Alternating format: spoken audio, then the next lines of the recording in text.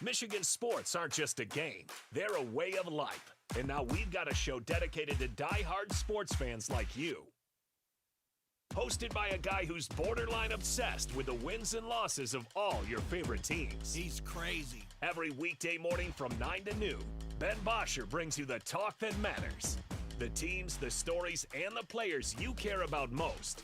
This is the Ben Bosscher Show, built by Bresky Siding and Building Repair. Remember that.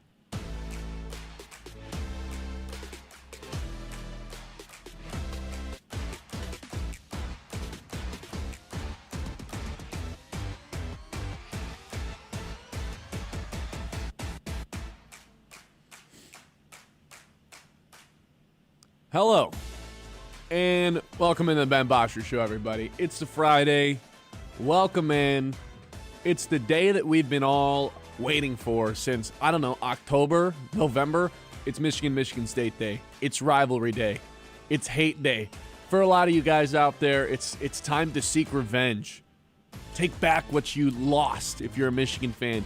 And if you are a Michigan State Spartans fan, well, you gotta stay on top. 2 straight wins last season. See if you can keep the undefeated streak against Dusty May alive. Look, I can tell you I'm excited for this game. You guys already know it. Kyle knows it. We have been kind of previewing this game for the better part of the last 3 months. Let's jump right into it today. Best storyline heading into today's matchup.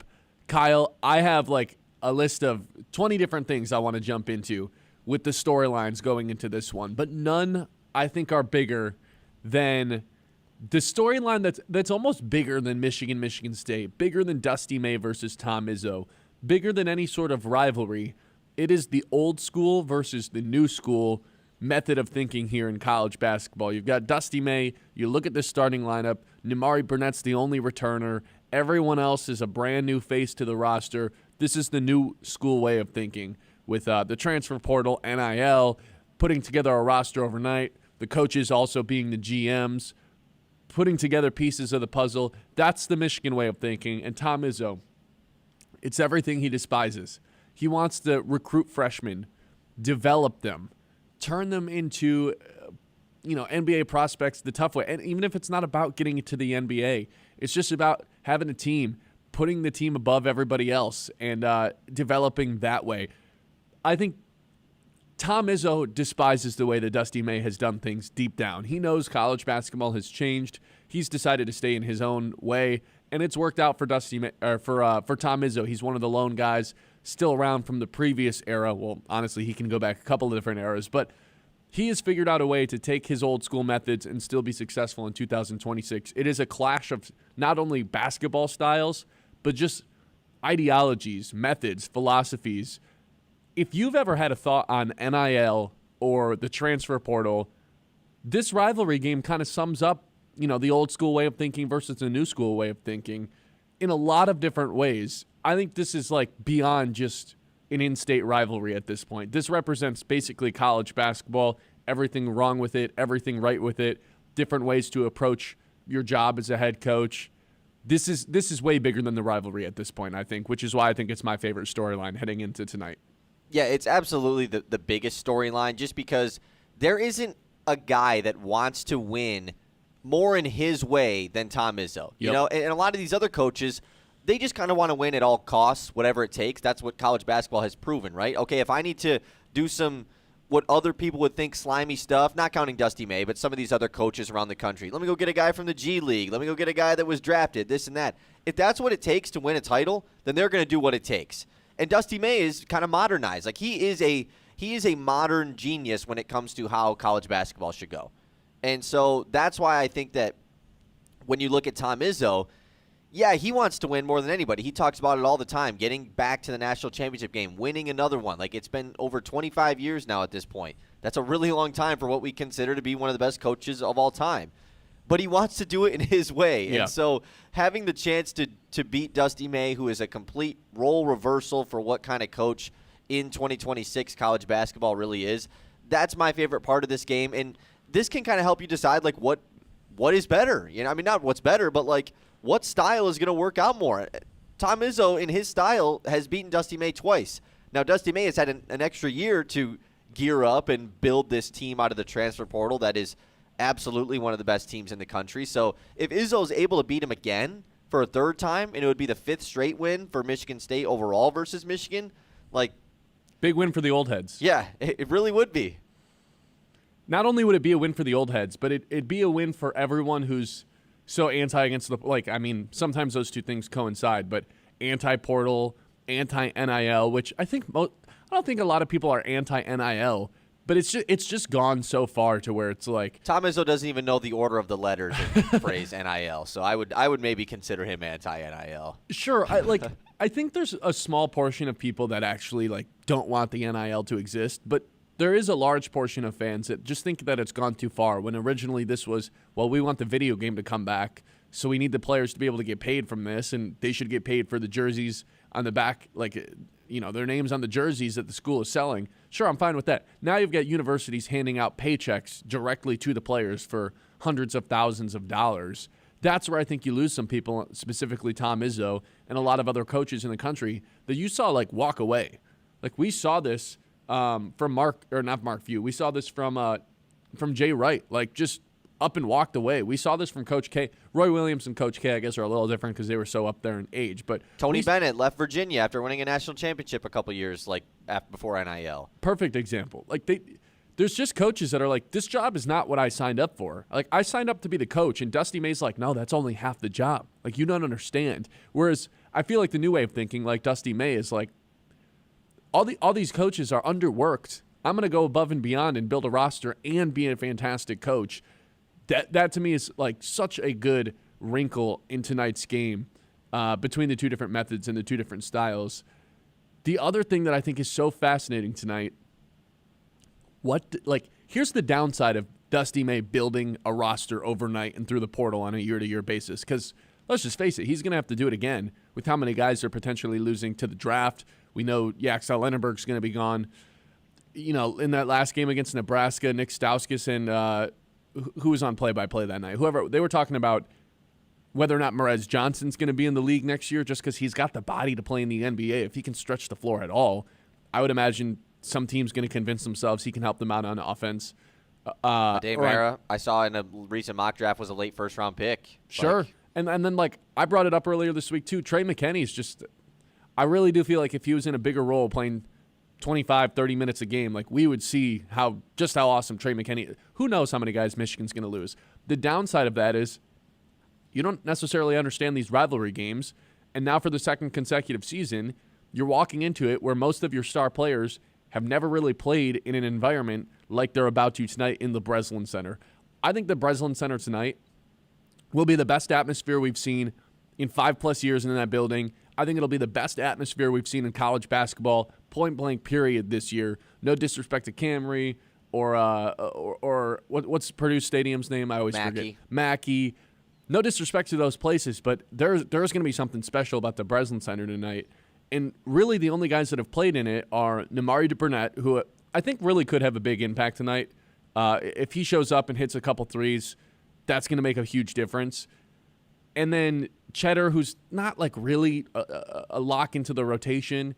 And then you have Merez Johnson, who did score 11 points in his one game in the Breslin Center last year at Illinois as a freshman. But, man, it's a lot different when you're Michigan coming to town. That's the downside of building the roster overnight, whereas you look at Michigan State. They know what this rivalry is about. All 5 starters are returning. Tom Izzo's been playing in this game through 5 different coaches for Michigan. Dusty May's just another guy on his list of Michigan coaches that he wants to exile out of this rivalry. I like that part to me is going to be fascinating. Whether or not Michigan's big 3 of Yaxel and Merez Johnson and Ade Mara are equipped to play in an atmosphere like that. And I think it goes all the way up to the top as well. Like, for me, it's about how much did Dusty May learn from last year's games against Michigan State? Because it was very clear that going into those games, and even after those games, that Dusty May did not treat the Michigan State rivalry like Tom Izzo does. You know, Tom Izzo hates Michigan. He openly says it every single time they ask him about it. He always says respect. You know, I respect Michigan. I respect their coaches, this and that, but I hate Michigan. And Dusty May has never coached in a rivalry like this. If we want to talk about high school basketball, this and that, whatever. Like the whole thing I did last year about FAU and FIU, that was his rivalry game. Like that's nothing. That's nothing compared to this rivalry, especially when the opposite coach despises the team that you coach for. So did Dusty May learn from last year's games? Is he going to have a little bit of an extra edge, a bit of fierceness for this game? Because the opposite team is going to. Or is he going to treat this like every other game, and even if they win, then honestly he gets kind of a 2-for-the-1 type of situation? Like, we didn't even really prepare extra for this game, and we still won. Is it a cockiness thing? Is it something that he just doesn't care about this game as much as the rest? I don't know, but I'm interested to see how he is different this year than the 2 games last year. Well, I'll have you know that Roddy Gale says he didn't know anything about the rivalry, but now he's ready. So if that tells you anything about the state of Michigan. Yeah, Roddy Gale's ready to go, guys, in his 5 or so minutes that he's going to get tonight. Roddy Gale is fired up and ready to go. 989-837-6125. Live on YouTube, live on Facebook. We've got an awesome show planned out for you guys. I want to keep going. X Factors, more storylines, best players. What's going to happen with Axel Lindenberg down the stretch of these games? Is he going to disappear? Is he going to Homer Simpson walk into the bush? Is he going to start deferring?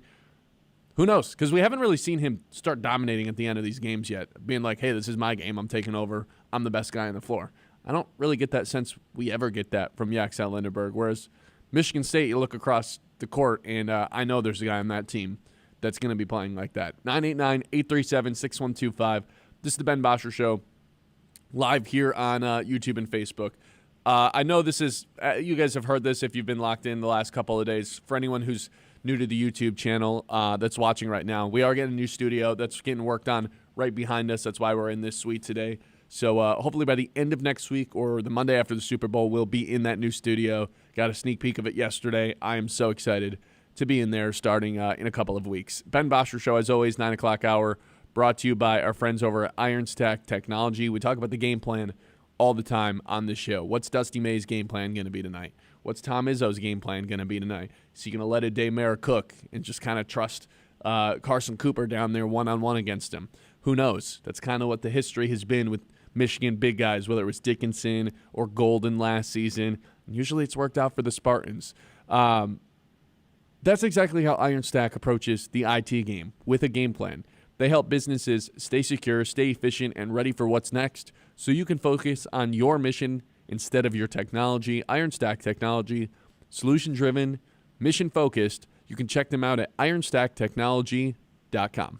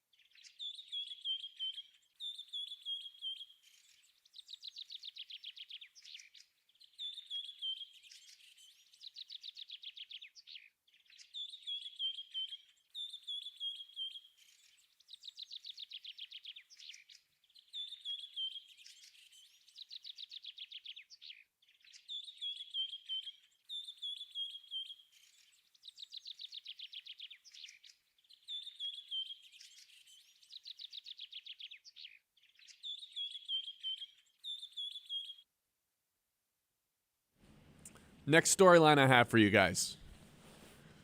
Gus Johnson on the call tonight. How bad does this get? How many complaints do we see online about Gus Johnson throughout the course of these 3 hours? I think this is going to be bad. Like, really bad. Oh, this is good. I didn't even really think about this. Yeah, we're going to have John give his Gus Johnson impersonations later. It's the Breslin Center where we have the infamous clip of him doing one of these. Right, yeah. A little smoke comes out of the nose. Yes. Not smoke, vape. Yes. Vaporize. A vaporizer, yes, inside of the building. Yeah. And YouTube, I did not just do that. You can't ban us. Yeah, Can't ban the stream. We're on YouTube. Yeah, I mean, this is going to be a pretty large topic of the game because I think both fan bases have an issue with Gus Johnson, They hate right? He's just pretty. I don't want to say disliked, but he's polarizing for sure. I'll say it. In the Big 2-6, I don't think he's very liked. Sure, I guess so. And I think also it's just because Michigan State and Michigan fans, most of them are Tigers fans, and most of them love Jason Benetti, who did this game last year with Bill Rafferty, who has done all the games. Those guys have been the duo all year. It's been Jim Jackson and Gus Johnson and Raff and Benetti. And then they split them up for this game just because Gus Johnson has the Michigan ties and everything, which they always love to do. So, yeah, I mean, I'm already going to have, like, man, I'd love if Benetti was calling this game, you know? Like, that's kind of the vibe I'm going to have. So, yeah, it's not going to be fun. How quickly does he make a flying car reference, and how many times does he reference Jeremy Fears was shot once? Yeah, that's going to be the main thing that he talks about, probably the first score or assist that Jeremy Fears has, which is just, you know, it's happened so long ago at this point. Like, he's not afraid to take the shot. Oh, my God. Yeah, I mean, that's going to be just terrible. And then, obviously, like, you know, the topic has been, like, he's going to talk about the Cassius Winston ties that he has, and he's going to make a lot of it about himself, of course. So, yeah, there's going to be a lot of dislike on both sides for both Michigan and Michigan State fans. That's, like, the one thing that they can relate with today, you know? Like, no matter what happens in the outcome, like, we all wish Benetti was calling this, right? You said Tigers fans want him in. I think everybody just wants him in. Just fans, yeah. There's going to be a lot more eyes than just the Michigan and Michigan State fans tonight. Like, this rivalry has kind of entered a different territory. Like, this is one of my storylines as well. Is this potentially turning into one of the best rivalries in the sport, one of the best rivalries in college? Because Duke, North Carolina, it's lost some juice. It has.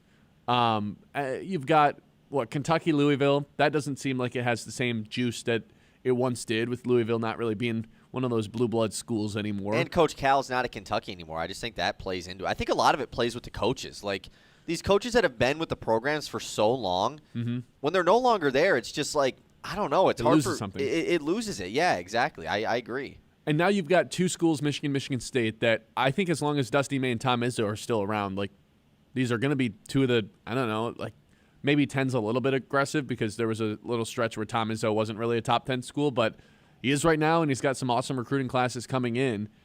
Depending on how long he stays, I feel like these two schools are like kind of in prime position to just continue to be top 15 matchups. Breslin Center's got one of the most unique and loudest atmospheres in all of college basketball, and there's not that much else on tonight. Like, this is kind of the primetime sports game that's on tonight, not just college basketball, but just across the board. It's not like there's any football. I don't know of any like big-time NBA or NHL matchups that are happening tonight. I'm sure there is, but man, you got a top 10 matchup in college basketball, and it's an in-state rivalry.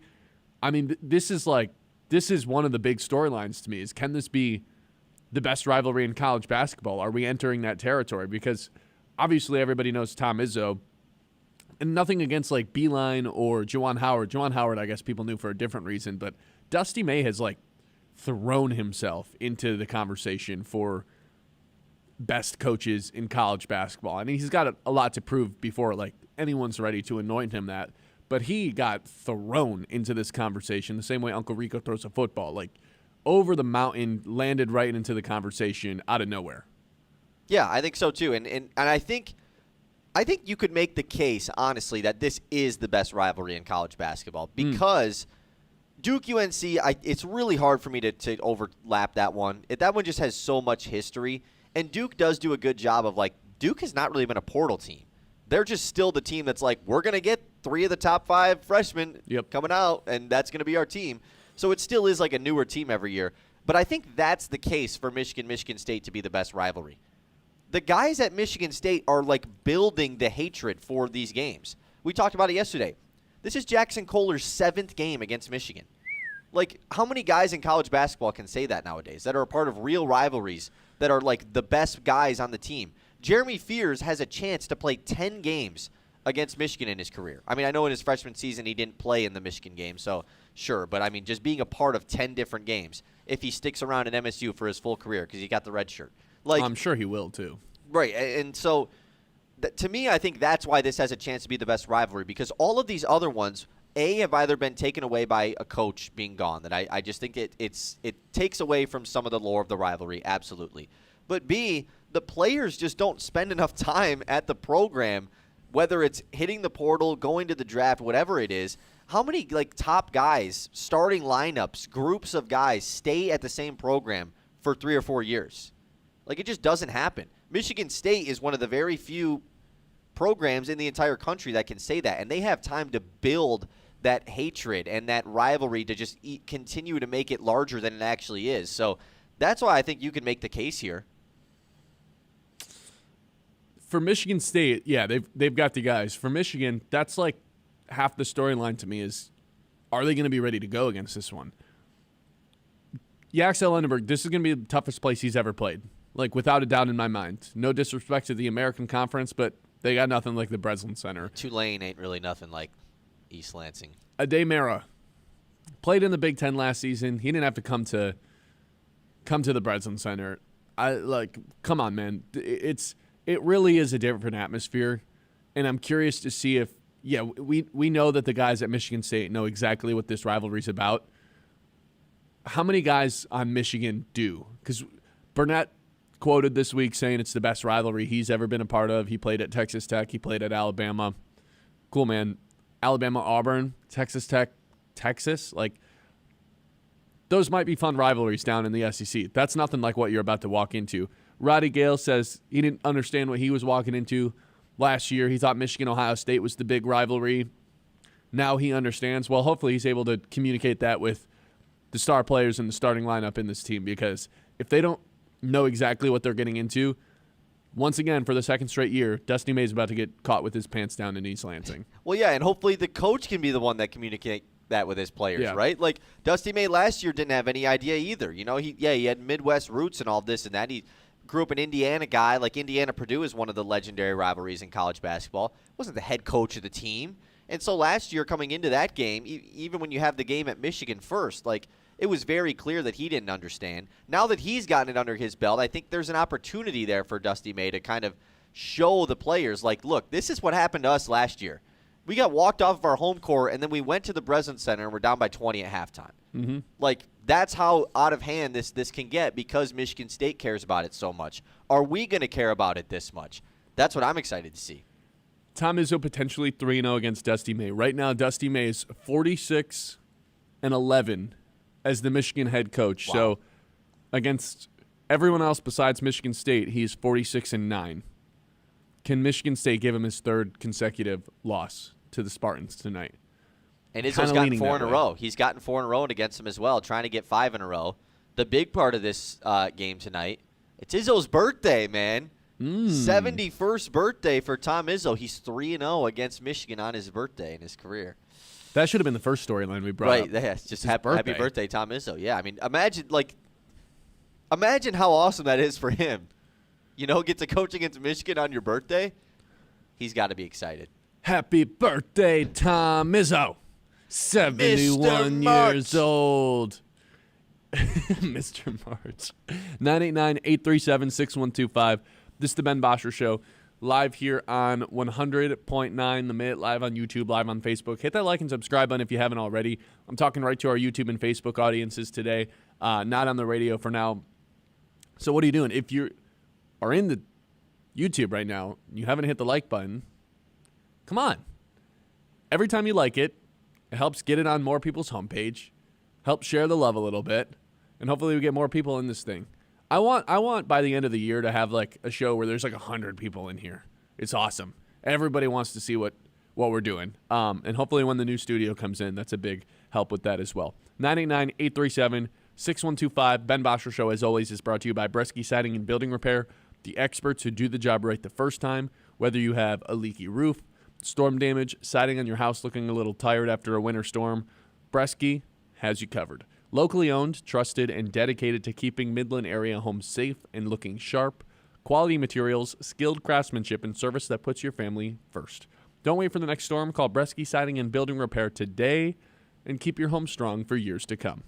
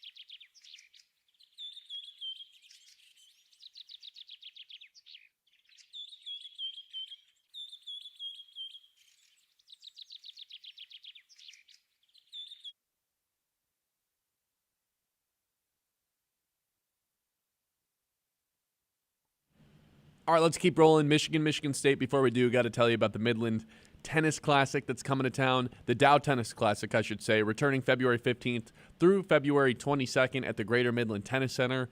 This year's field features 3 different top 100 players. Former U.S. Open champion Bianca Andreescu, the past Dow champions like Katie McNally. It's Michigan's biggest pro tennis event. Tickets are available right now at dowtennisclassic.com. You're not going to want to miss it. Kyle, you and I and John and Brad and Sarah, we're all going to have to pull up, have some drinks, and enjoy some tennis. I had never watched tennis in person, like professional tennis, until last year. And then I sat down and watched it. I was like, this is kind of fun. I feel kind of fancy. Yeah. Get some drinks. It's like an event to watch tennis. Yeah. Feel a little fancy doing it. I never been a big tennis guy. Like, have you ever played tennis? No. You know what the funny thing is? I'm pretty sure the U.S. or the Australian Open is like currently finishing right now. Yeah, it is. Like currently, like as we're speaking, you're saying? Yeah, the championship of Sinner and wait, Alcaraz and Sinner's right now? Not Alcaraz. No, there's no way. What's the other guy's name? Jokic. Oh, Novak Djokovic. Yeah, that's it. Man, we're speaking out of our expertise right now. So let's go back to Michigan I didn't know Djokovic beat Sinner. Sorry. Anyways, continue. That happened this morning. I woke up and I saw the score. I almost turned it on, but I didn't. I'm more interested in the women's tennis, to be quite honest. Really? I like the Coco Gauff. I like Coco Gauff got eliminated though. I know. I like Naomi Osaka. I like watching them. Okay, more storylines with Michigan State. From a game standpoint, I'll give you 2. The turnover battle being number 1, and the battle of the rebounds being number 2. As for the turnovers, Michigan leads the Big Ten in turnovers per game. Michigan State is number 1 in terms of turnover percentage, the amount of possessions that end in a turnover. Both teams have a significant problem with this. 50% of the points tonight are going to be scored off transition, off of turnovers? A good amount, for sure. And it's not even an indictment of like, I just think in the half court, both teams are going to really struggle to score the ball, which is why I think the turnover battle is almost under a magnifying scope. Obviously, this is a problem Michigan has dealt with 2 consecutive years. Kind of a rare problem for Michigan State to have, and as much as we like to give credit to Jeremy Fears for being able to take over the end of these games, he does turn the ball over a decent amount, along with kind of everybody on Michigan State. There's always that, Carson Cooper's kind of come a long way, but you throw it into him, and there's always like a 20% chance that you just can't catch it, and it ends up in the other team's hands somehow, and you end up on a fast break. But I think the turnovers tonight, it goes without saying, every college basketball game, the turnovers play a significant role. But tonight specifically, with 2 teams that have been struggling with it, I think this might be the most, as for team stats, the most important one tonight. Yeah, I think it is too, because if you look at KenPom right now with these 2 teams, they actually have the same identical turnover percentage right now. So it's like these 2 teams have actually been turning you would just assume like, oh yeah, Michigan, they turn the ball over a ton. Michigan State, that's not something they really do, especially early in the season they really didn't. Right. They have been more as of late. And so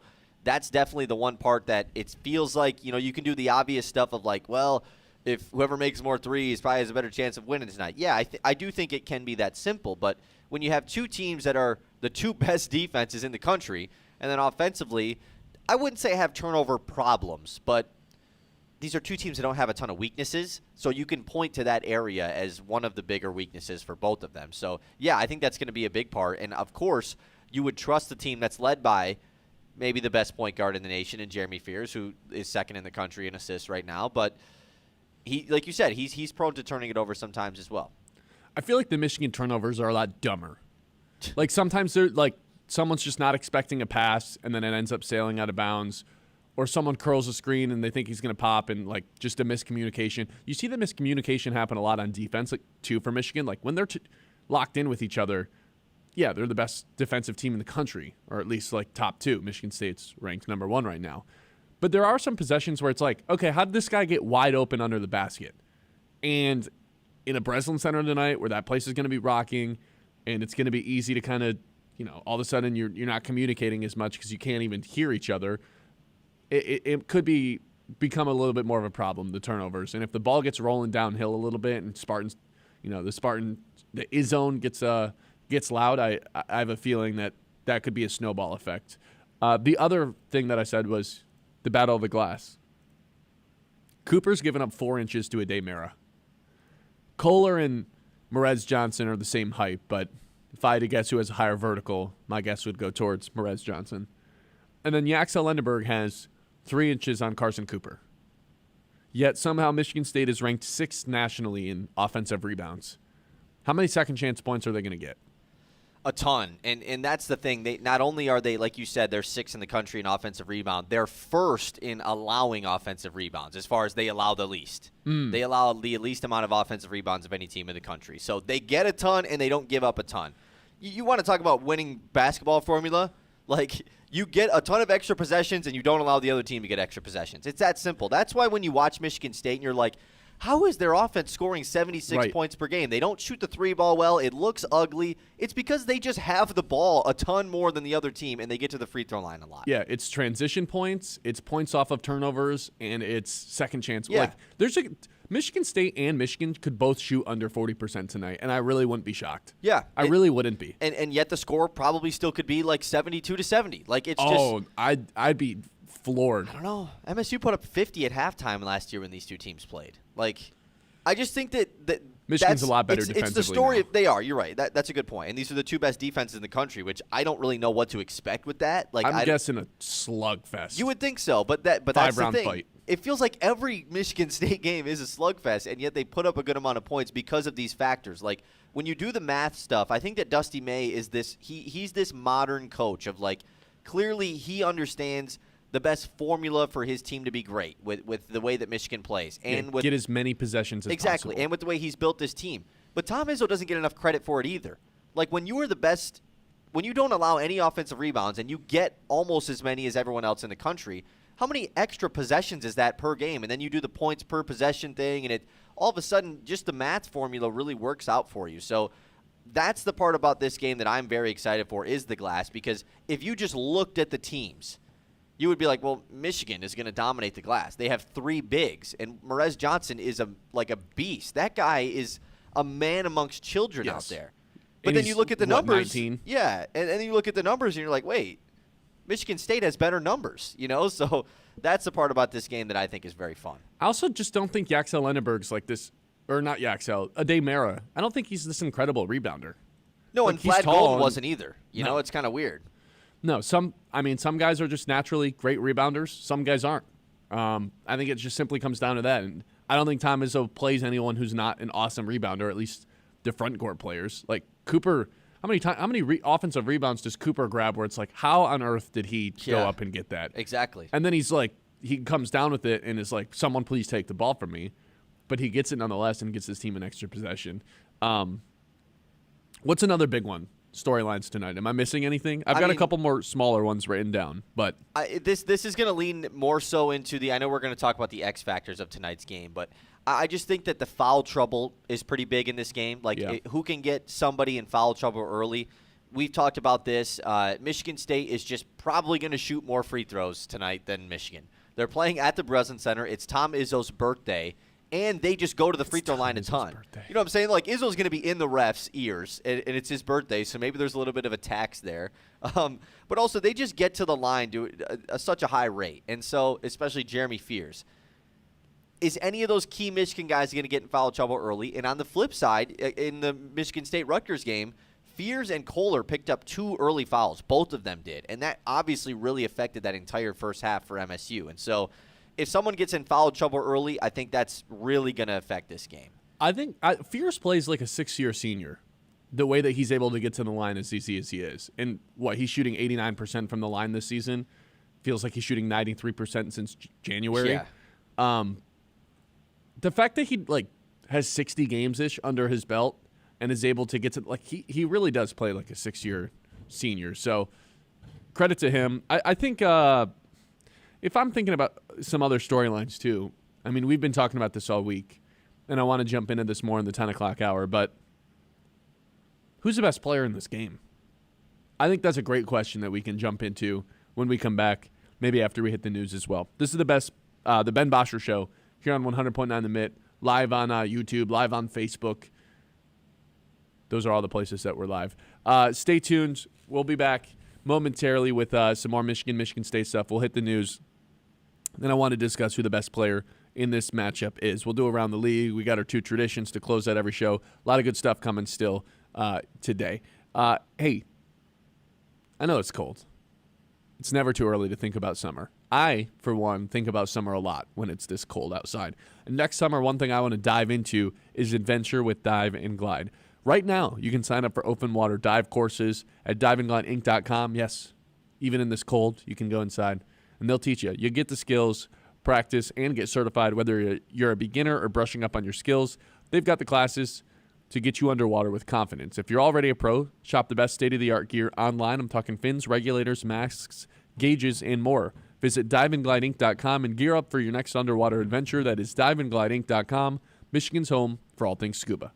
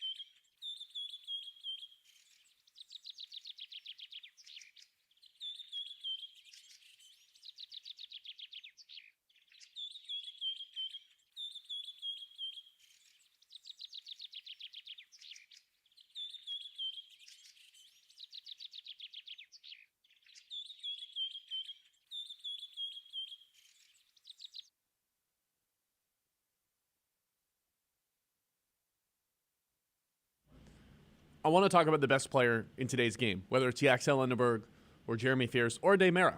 We'll talk about some X factors too. Before we do that, we'll open the 10 o'clock hour with that. Let's hit the news. Kyle, take it away.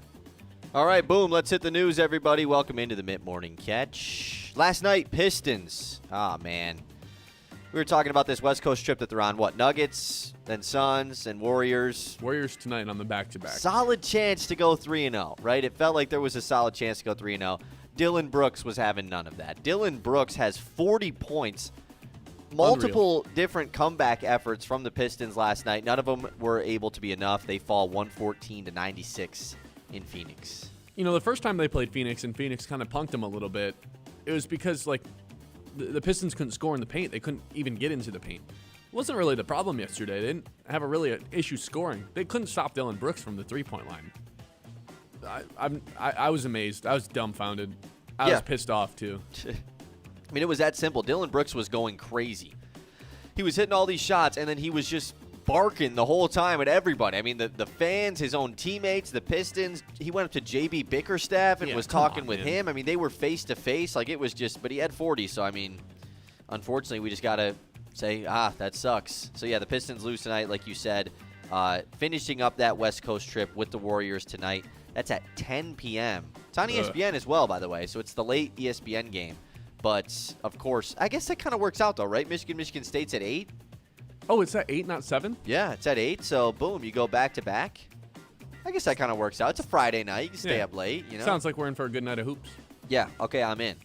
Wings also lose last night. They lose in a shootout 4-3 to the Capitals, but there was big news in this game. Patrick Kane became the highest-scoring United States-born player in NHL history.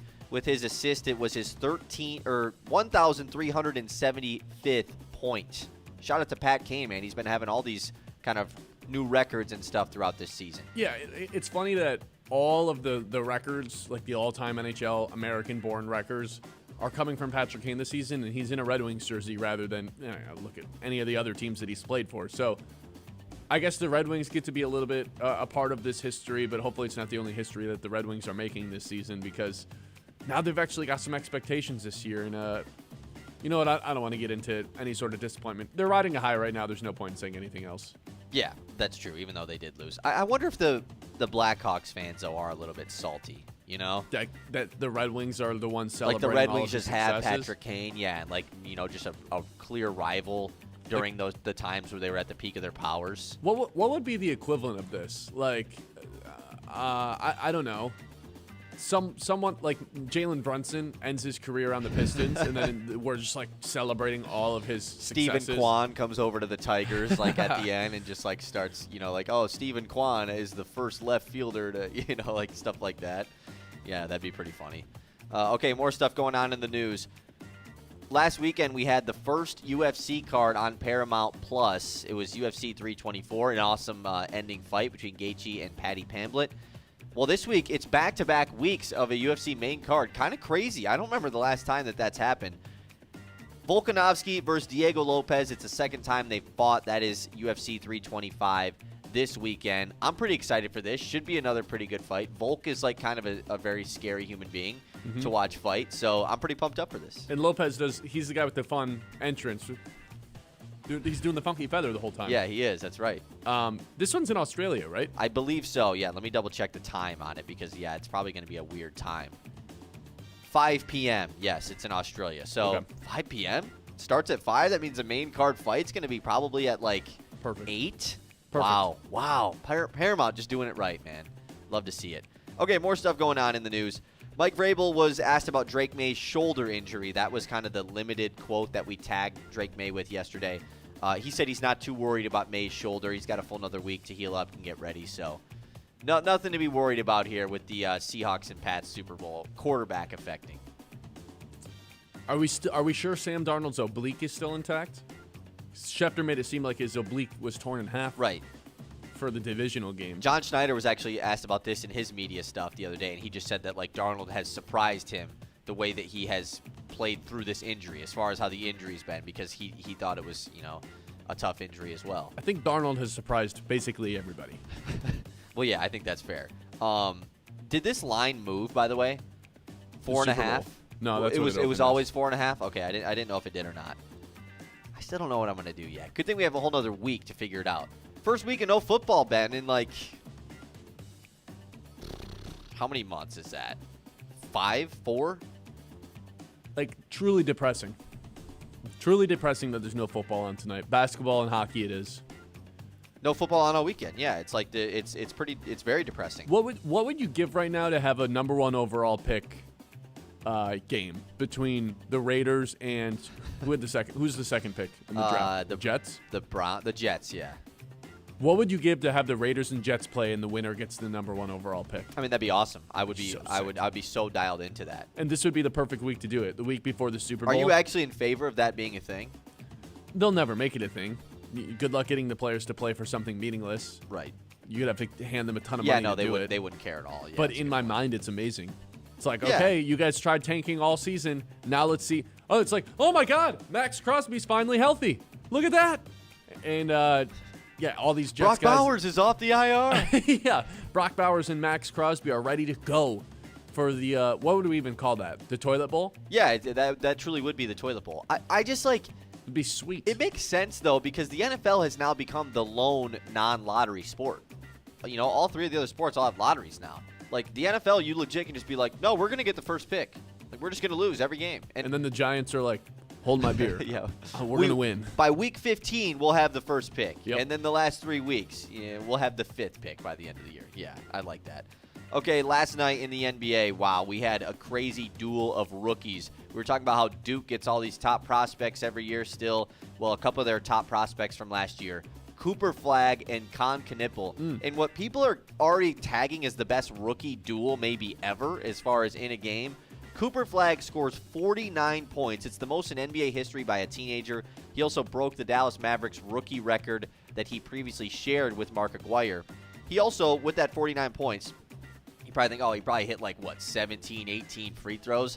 No, he only had 6 free throws, 20 field goals made from Cooper Flagg last night. It's crazy, but it wasn't enough. Con Knipple and the Charlotte Hornets beat Dallas. Con Knipple had 34 points. He hit 8 threes. He got the game-winning forced turnover on Flagg and then hit free throws to win it.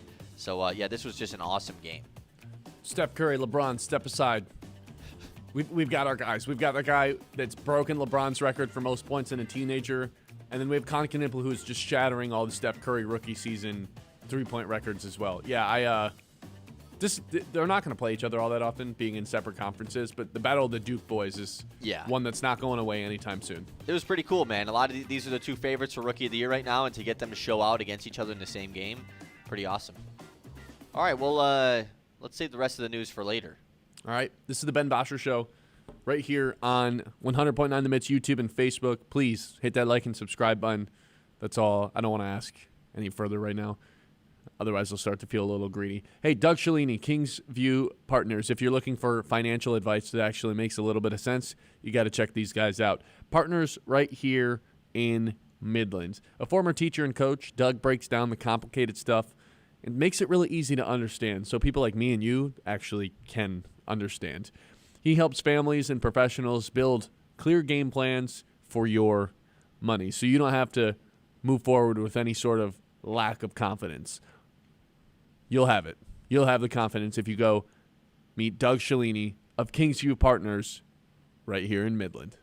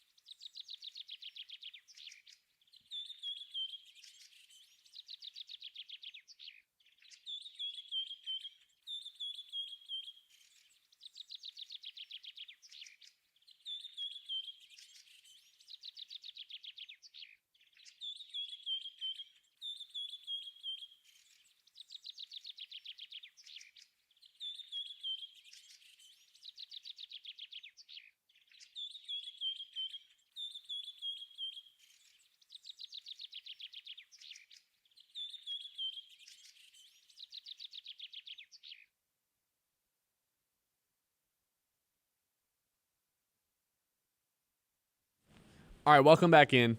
Ben Bosscher Show live here on 100.9 The Mid. 10 o'clock hour, as always, is presented by our friends over at Corning, a global leader in material science right here in Midland. From the glass in your smartphones to innovations that power clean energy and advanced medicine, Corning is shaping the future, but it's not just about the technology. It's also about the people. Corning invests in the community and supports local schools, creates opportunities close to home. With a legacy of innovation and commitment to what is next, Corning is proud to call Midland a part of its story. Corning creating life-changing innovations, one breakthrough at a time.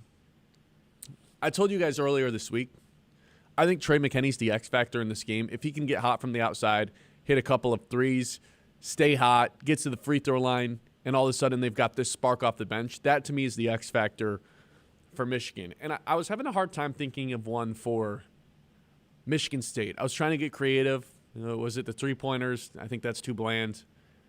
I think I just overthought it. It's fairly simple to me, Kyle. Cohen Carr has to just throw down a massive dunk or two in transition, and just like that, the Breslin Center gets lit on fire. That, to me, is the X factor, the combination of Cohen Carr and the crowd tonight. If they can shut him down, I'm not worried about Cohen Carr scoring if I'm Dusty May. Take all the shots you want, Cohen Carr. It's him lighting the crowd on fire and then pouring gasoline all over. The crowd's already going to be on fire. Cohen Carr dunking in transition or dunking on anybody at any point, that's a gallon of gasoline right into the flame. That would be my biggest worry if I'm Dusty May. And then all of a sudden it's going to be impossible to even hear your own thoughts on the floor. I'd have Cohen Carr as the X factor for Michigan State. Yeah, I think that's completely fair. I mean, Cohen Carr, when he has one of those big plays, it clearly just it sets a building on fire that doesn't need it, but it adds something extra to the game. It's how Michigan State can get out of any sort of rut, because I expect this to be a game of runs for both teams. I don't think it will ever be a blowout on either side, but I could see it definitely each team stretching it out to 8 or 10, both teams at any given point in this game. And the Cohen Carr fast break slam, which Michigan State is always looking for, and you see some teams nowadays, they just are completely trying to take it away. They're just, you can have a wide open layup on the right side from Kerr Tang coming up, but we are not allowing the Cohen Carr lob. So, yeah, I think that's a good X factor. I mean, most of the time an X factor is a player rather than a player doing a play, but it's also something that you just think is going to happen. At what point in the game does it happen, though? That's the big part for Michigan. If Michigan can prevent that from ever happening, and it's hey, Ademera, just get back as fast as you possibly can. Or somebody, I guess Ademera's not running with Cohen Carr, but someone has to be protecting the rim at all times, because we cannot let this guy break ahead and get a lob thrown to him, because, again, that's just – it's going to make for, a headache sort of noise in that building to where you can't even hear your own thoughts. Dusty May can't communicate with his guys. There's no communication defensively. It's one of those rare stadiums that, you can basically cut off the communication, like in football, where the quarterback can't even hear what is being communicated to him in the helmet from the coaches. This is kind of the equivalent of that. It can get so loud in there after a Cohen Carr dunk that Michigan has no idea if they're switching or jumping or hedging all these screens, and all of a sudden guys are wide open under the basket because of miscommunication. You're still fine with Trey McKinney being the Michigan X factor? Yeah, I think so. It feels like, though, maybe one of the bigs should be the X factor. But they're also just already such important players for this team. So that's the part that I guess it feels a little bit wrong. To me, I'm how big of a game does Merez Johnson have? Because he's just continuously just gotten better and better as far as his numbers go and his impact on this team throughout the season. So it's does Michigan State pick and choose which one of the bigs they let go to work? Do they kind of just let the bigs go to work and trust their bigs against them? Because both teams do run, bigger lineups. So that's the part that I guess it's not really an X factor, but how big of a game does Merez Johnson have? Because I think Mara's going to get his. I truly do. I think Mara's going to have his 12 to 16 points. Yaxel Lendenberg is kind of a hard one to predict as far as his scoring imprint, but we know he's going to make an imprint on the game in general. And I still truly do think that Yax is Michigan's best guy, so I can't choose him to be the X factor. How big of a game does Johnson have, though? Because his offensive rebounding numbers is where he gets a large portion of his points. Michigan State does not allow offensive rebounds. So does that take Merez Johnson from a scoring perspective out of this game more typically than usual? That's the part that I'm interested in. They also have the play where he just kind of like flashes to the middle, and they throw him the ball, and he just, boom, one dribble, puts his shoulder into somebody, goes up, and he either gets to the free throw line. Who's guarding Merez Johnson? You know, because I've been trying to think about what is the matchups for Michigan State in this game, because I think it's tougher for MSU to figure it out than it is for Michigan. I would assume that you just have to go Cooper on Mara, right? Yeah, that's the only option. Makes the most sense. And then outside of that, it's like I understand putting Carr on Yax because he operates on the perimeter more often, but he doesn't have like the girth that Jackson Kohler has on the Lendenberg drives. But like you put Cohen Carr on Merez Johnson, like no, you can't do that. Merez Johnson is just gonna feast, you know, like it's nothing against Cohen Carr, but he's Merez 3 inches taller and 25 pounds. He's just different, yeah. So I think you have to just go Kohler Johnson, but I don't know. I think that could be maybe a mismatch for Lendenberg as well. I think Cohen Carr can stay in front of in front of Yaxel. And also, like, this is something we're going to dive into here in a second. I don't know if the Yaxel Lendenberg's like a guy who it's like, oh, I don't care who's in front of me. I'm going to get mine. I don't really know if I think Yaxel Lendenberg is like that. But I want to hold off on that for a couple more minutes because I do want to jump into who the best player is on this team. We'll do that here momentarily. But one more thing on the X factors. So if Michigan State's is Cohen Carr lighting up the crowd, and Trey McKinney is Michigan's, what's the key to stopping both of those things? Because there hasn't really been any sort of evidence that Cohen Carr's not going to dunk it at least twice in every game. I wonder if it's as simple as like, hey, Yax, we don't really need you on the glass tonight. You have to run back and protect the rim. And basically 50-50 chance you're getting put on a poster tonight, but you got to go up and contest a shot because what we cannot allow is Cohen Carr fast break dunks. And you kind of just have to bank on Mara and Johnson getting rebounds. You could do that, but it just like Michigan values the extra possessions just as much as MSU does. You know, they don't do it. They don't get them as much as Michigan State does, like the offensive rebounds and stuff. Like, it feels a little bit odd for them to go away from one of their strengths, which is crashing the offensive glass, you know? But I understand it. I mean, I think the key path to Michigan not allowing a big Cohen Carr slam is play Cohen out of the game, man. Like, we've seen these other teams do it. Force Izzo to take Cohen out. If he's not out there, he can't have a huge big dunk. You know, like it's that simple. Like that's why you're saying just let him shoot. You could even just say Cohen Carr is the X factor just in general because he's been so up and down. He's been so polarizing as far as, man, a lot of these games where Cohen is having good games, he is just flying into the paint and just a tough finish or he gets fouled. Like his scores are not easy. You know, and because he doesn't shoot it from the perimeter at all. He will shoot a pull-up mid-range, but he did hit a 3 in that game against Rutgers. But hit 2. Yeah, so, I mean, we'll give him that. But I don't know. I think that if you're Michigan, yeah, I'm daring Cohen Carr to do anything from the outside. And what, you want to take it into the paint on the bigs that Michigan has? Like, it's not going to be easy for Cohen Carr all night. And so that would be my game plan for if I'm Dusty May. That's what makes Michigan State so tough. It's because they're so good on the offensive glass, and they're so good on the defensive glass too. So you want to go crash the paint, but then if you do that, Cohen Carr's out loose. And if Jeremy Fears has the ball, guess who he's going to find? Cohen Carr. Carr. Yeah. Flying Carr. Look what we have. Yeah, the Gus Flight Johnson 55 out of Georgia. I can't believe he's calling the game. You know, we already tonight. did. Gary gave us a good suggestion in the YouTube chat. He said just mute the TV and pick up the radio station for whomever you're rooting for. You can listen to the game right here. Listen to the Mid if you're a State fan. Listen to Will Tiemann. You can listen to that, or you can listen to our guy Brian Bush, the Michigan radio guy too. So there we go. You got a couple options. 989-837-6125. Hey, if you're looking for something to do here in the Great Lakes Bay region, right here in mid-Michigan, Go Great Lakes has you covered. From festivals, live music, outdoor adventures, great food, family-friendly events. GoGreatLakesBay.org is your one-stop guide for the Great Lakes Bay region. Whether it's a weekend plan or a last-minute idea or date, get out, explore local, and go Great Lakes.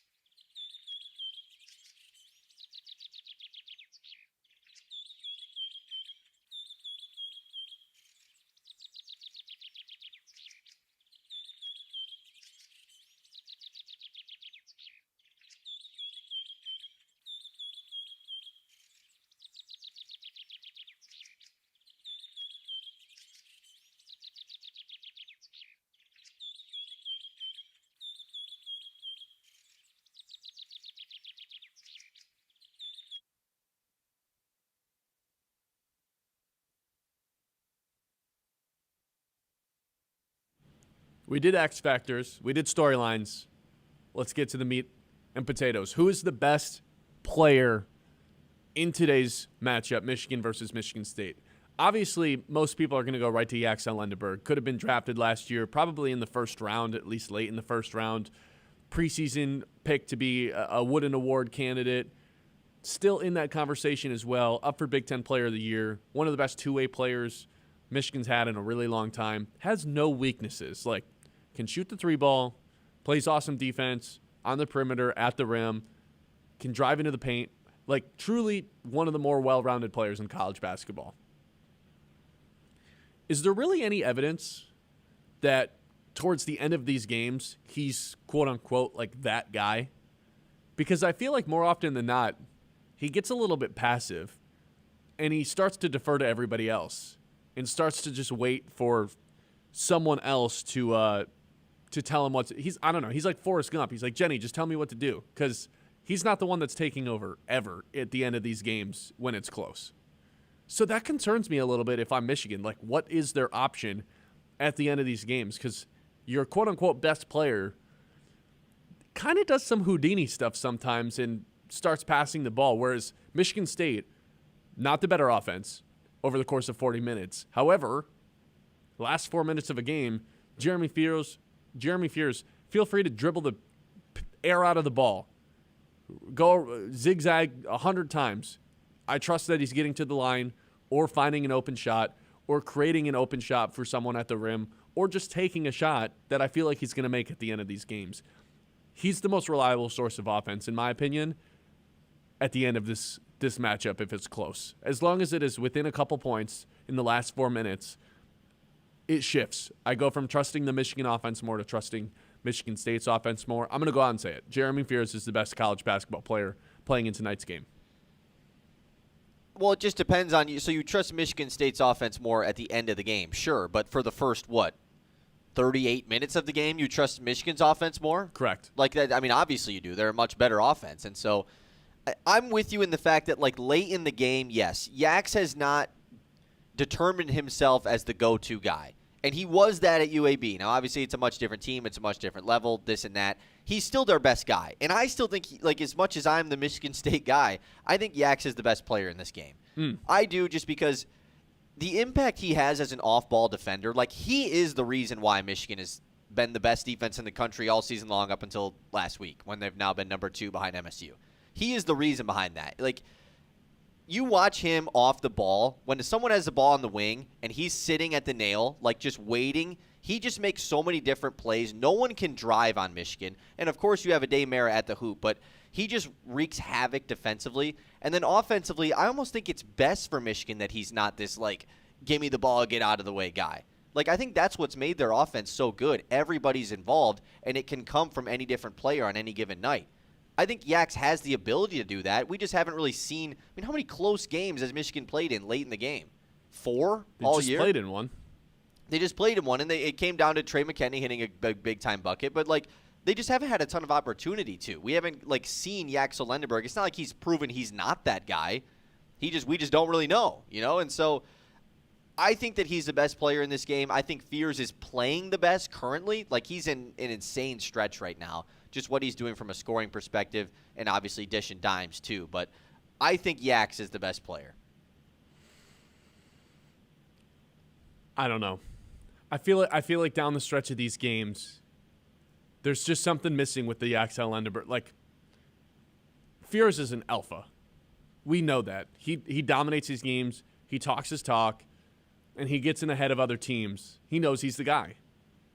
Who's doing that on Michigan? Who's the one stepping up in the last 4 minutes of the game and being like, no, I'm not letting us lose? I really don't know if Michigan has that guy on their team. Now, they're just a better collective, like, individual players, in my opinion. But I don't know who that person is that's going to put the team on their back and be like, no, I am refusing to lose this game. Sure. Where I know Fears is that. But I just think for Michigan, like, that's what makes them so good, is the fact that it's not relying on a single guy. For Michigan State, it's like, dude, if Fears or Kohler is in foul trouble at the end of these games, they're screwed. I agree, but I think in the last 4 minutes, you kind of need one of those guys when you're in a battle. Like, there's a reason time after time, and again, like, you look at the next level in the NBA, the best players just usually end up deep into the playoffs.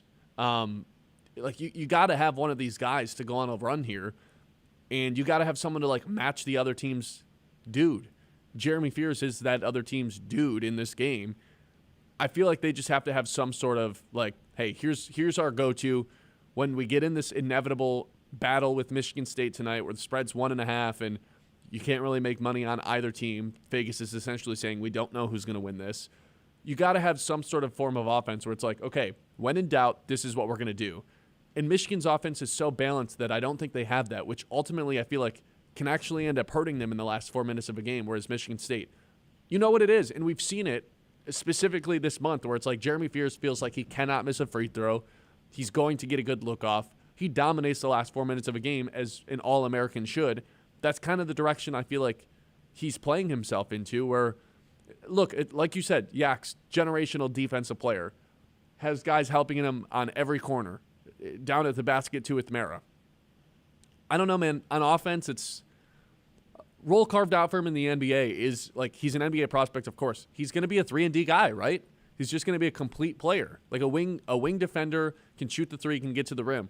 I don't envision him ever being like a superstar, do you? Well, no, I mean, I don't think anyone does, right? I mean, it's not like he's going to be a top 5 pick in the draft. Like, no. And the reason he was the player of the year in the American last year was because he was the defensive player of the year. You know, like that he's a better defender than he is an offensive player. I don't think anyone was expecting him to come in and average 20 a game.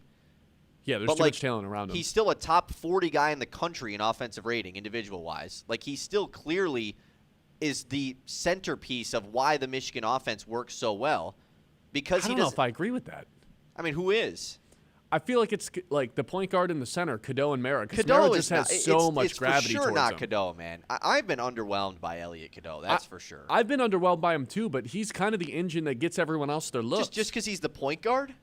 Yeah, because when he's getting into the paint, like he unlocks Mara, and obviously when Mara gets the ball, he gets so much attention on him, and it just opens things for the shooters on the outside. I think I don't think Cadeau's a better player than EXL Lenderberg, but I think the offense flows through him a little bit more than it does Lenderberg right now. A lot of Lenderberg's points, and this isn't like a knock on him, it's more like it's just what happens. A lot of his points just come in transition when Merrick grabs the rebound and just, boom, chucks it right down the court to EXL, who's streaking down. And unlike, kind of similar to the way that Cohen Carr gets a lot of his points, except instead of a thunderous slam, it's just a regular slam. Because Cohen Carr sets the standard so high on what those look like. But I feel like a lot of his points come from that. I don't really view the offense. Right. I don't think the offense funnels through Lenderberg Sure, that much I at all. just certainly don't think it's through Cadeau. I think this Michigan team would be the same exact team if Elliot Cadeau was just removed from the team. Like that. I think that's and this is an upgrade honestly over the point guard they had last year. And this is kind of playing into your point here, but like that might be the biggest difference in this game is the difference between the opposing point guards. Yeah. Like I think there is such a humongous gap between MSU's point guard and Michigan's in this game. Now, Michigan has the strengths probably everywhere else, but the gap between the guards might be big enough where it leans in their favor. Who's got the coaching advantage? I mean, you know what I'm going to say. I do. Coach Izzo? Yeah, I mean, Dusty Maybe has never beaten Tom Izzo. He's never. We can do this whole thing of like, oh, who's made the Final Four the most recently? Who cares about what Dusty May did at FAU? Like that I can't stand when that stuff gets brought up here. Let's look at the versus each other. That's the only thing we can look at in this matchup. Izzo has dominated both games against Dusty May. Yeah, Michigan has been great all season long, and I do think that like we need to chill a little bit on the whole like why has Michigan been not as good recently? I don't think that's at all the case. I think they were beating teams by 40 in the beginning of the year, and now they're beating teams by 10. It's just like that. I've been seeing that whole take on Michigan. I don't think it's a knock on Dusty May at all, but I think the coaching advantage leans, of course, to the Spartans. Yeah, I'd probably have to tend to agree with you. Dusty May's best work is done in the offseason, in my opinion. Not that he's not a good coach in the middle of these games, but I might even say like I would take Dusty May to coach against Nebraska, and then I would take Tom Izzo to coach against Nebraska. But in this game, Michigan versus Michigan State, I'm taking Tom Izzo. When the stakes, get a little higher, and the blood starts to boil a little bit, and the crowd noise is deafening. It's just every other game, Ben. This is just any other game for them. I just trust Michigan State and Tom Izzo a little bit more in these deafening atmospheres in the Breslin Center, which maybe is the biggest factor on why I'm picking Michigan State tonight. 989-837-6125. Greater Midland Community Center is your hub for health, wellness, and fun right here in Midland. From fitness classes and open gym swimming, youth sports, family activities, even men's league. I had a men's league game last night. Go off? 0-6 now, guys. 0-6. We had a guy show up off of a Christmas work party, said he had a couple drinks. Oh, no. We had a guy show up whose wife was having contractions on the bench. We had a sub who wasn't on our team. Nobody knew who he was except one guy, and we lost again. The mid team did pretty good, though, when we played, right? The mid team did do pretty good until the playoffs came around. Then we kind of Reggie Millered it up. But what are you going to do? Yeah.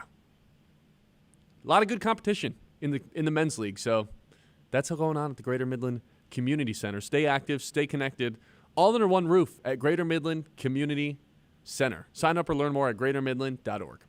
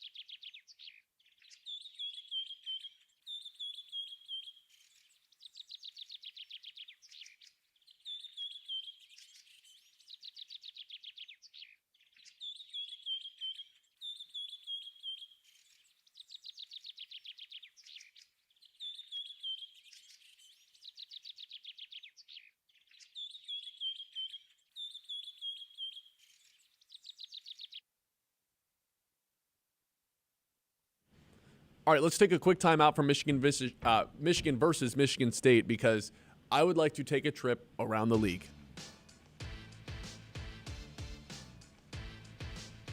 What do you got today, Ben? Well, ESPN put out an article by Bill Barnwell essentially saying Dan Campbell was the best hire in the NFL since 2021 of all the 37 head coaches that have been hired, which is crazy that that number's higher than the actual number of teams in the NFL, but 37 head coaches have been hired. Bill Barnwell, like Dan Campbell, is the best hire and said there isn't a coach in the NFL that he would predict, or of the guys that have been hired. If there was going to be one coach to be the face of the franchise, still employed by that same franchise 15 years from now, he said it was going to be Dan Campbell, which I have been saying for a while now. I'm not saying Bill Barnwell was stealing my thoughts, but we did have very similar thoughts. He was for sure in the YouTube live stream. Yeah, he got that from here. So here's what I thought. I'm going to name a coach. You tell me how many years they're going to be employed by this team. Okay, yeah. Simple. Okay. Really simple. Ready? Yeah, because, I mean, a lot of these guys just get fired, like, within 2 or 3 years, you know? It's been like a trend in the NFL. Well, someone I don't think is going to be fired in 2 to 3 years. John Harbaugh. How many years is he going to be coaching the Giants?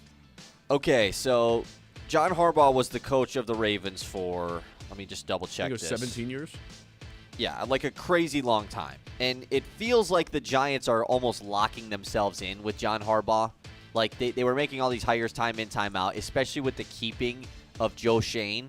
It's like Harbaugh's their guy. It's going to be him, and then the next scapegoat will be Shane if something happens with New York. So I think that he's here long term. I will say I don't think it's going to be like 10 years because he's old. On the older side. I wouldn't say he's like old. He's like 63. Is that old? Kinda. Yeah, that's older than I thought, actually. I will say he will be there for 7 years. I think that's a good time frame because that means you've like had some success. There's probably a down year or two in there, but you've built up the success to stay there. And that essentially just means that the Giants aren't going to be like god awful next year. So that's a good thing. Yeah.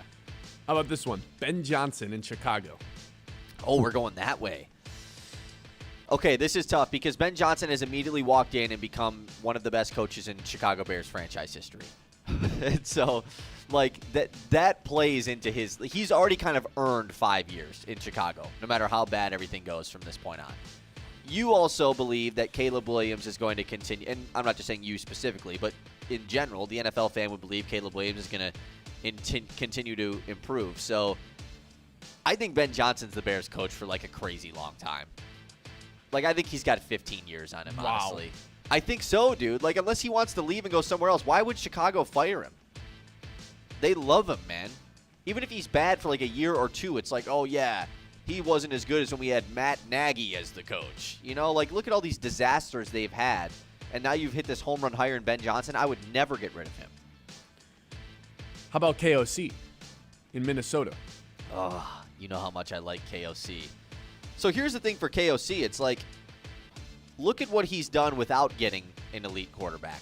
The second he gets an elite quarterback, I mean, lifetime contract for him in Minnesota. Like, he hasn't even had like a bad year, quote unquote, you could say. And he has never been set up with this awesome quarterback. And so for him to be that QB guy, and if he gets one, whether it's McCarthy or not, but then you think about, like, what if Minnesota's bad next year?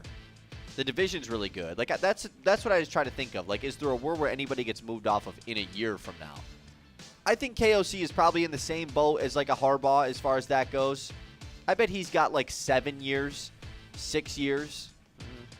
But he's one of those guys that if he does get canned, will immediately get picked up by another team. Like, absolutely. How about Green Bay Packers defensive coordinator who just got hired by Miami, Jeff Hafley? Am I allowed to know what Miami's doing at quarterback this year? You know nothing. You just get a number. Okay, so here's actually the prediction that I have for Jeff Hafley. There's been a one-and-done coach in the NFL for the last several years now. Whether it's one-and-done into the season or it's like 2 games into the next year, Brian Callahan, you know that guy. Like, I'm counting Brian Callahan as one-and-done, even though he really wasn't. I think Hafley's the guy. Just because of the situation, I think he's the guy. He's not some, like, huge name hire. Miami was big on, like, we're getting John Harbaugh. That's why we got rid of Mike McDaniel. And then all of a sudden you get probably the least notable name in the coaching cycle. It's nothing against Jeff Hafley, but, like, from a name perspective, even the Robert Salas, Kevin Stefanski's, Joe Brady's been a guy that's been talked about for a while in Buffalo. Like, I think that Jesse Minter was a hot name. Jeff Hafley's just like, oh, we hired Jeff Hafley. It's like Todd Monken. You know, it's like, okay, cool. I think he's just going to be the scapegoat. Miami doesn't get a good quarterback. They're going to be bad again next year. Boom, Hafley's done, and then they'll try to go get some big-name coach like they tried to do this offseason. That's kind of why I think he's not going to be one and done. Like, he's got like almost $100 million in dead cap between Tua and Tyreek, assuming they cut both of those ties. Yeah. And then it's like they don't have a quarterback, so like they might be the worst team in the league next year without McDaniel. Like, McDaniel's genius. They already had one of the worst defensive rosters. So like, can you really fire a guy if you set him up to fail as bad as they're about to? I don't think so, but like, how many times have we seen a team draft a quarterback and keep the bad coach, or like the coach that was a part of the bad team, to get you that pick to draft a quarterback, and then a year later you're like, man, we probably should have just fired the coach once we got the new quarterback. True. Yeah, that's a good point. You know, like Brian Callahan last year in Tennessee. It was like, oh yeah, they were bad enough to get the first pick, but they were bad, so let's try them out with a new quarterback. Never works out. You probably want to get an offensive-minded coach too if you're going to have the first pick and be bad and get a quarterback if you're Miami. So it's not necessarily Hafley's fault. I just think that the situation is not a great one for him. Who is the highest number in the entire NFL? Like, who do we think is going to have the longest tenure of any current employed coach? If Sean McVay didn't have the like random, like, oh, he's going to retire talk randomly that comes up, it's him. Like, I think it's him. It probably still just is him. Like, he just is the Rams coach because it's an awesome job. It's a job that, like, it's one of the best ones in the league. And he's the best coach. And he's young. Like, you have to go to a young guy. I think it's probably him or, like, a Ben Johnson, right? I mean, like, Mike McDonald. Mike McDonald, yeah, that's another really good one. Totally. So, like, I would go with McVay, though. I would think McVay. But Campbell's in the mix for that, right? I mean, Campbell's not that old. The Lions would have to do some crazy bad stuff for any conversations like that to be had. So, I think he's totally in the mix. I think Dan Campbell's right at the top of the list. Not, like, at the very, very top, but a couple spots before in terms of, like, Detroit found their guy. They're in love with him. They don't want to move on from him. As long as the Lions are going above 500 every year, which feels like even if they're worse, that's what they're going to go. Yeah, I'm fine with Dan Campbell being employed. 989-837-6125. I'll be honest. I don't know anything about technology, and that's why I trust Link Technology in Midland.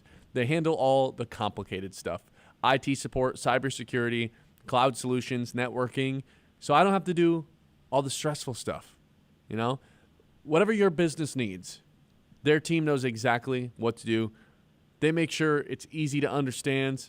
They help you along the entire way. Link Technologies, the experts who keep your business running smooth so you can focus on what you do best.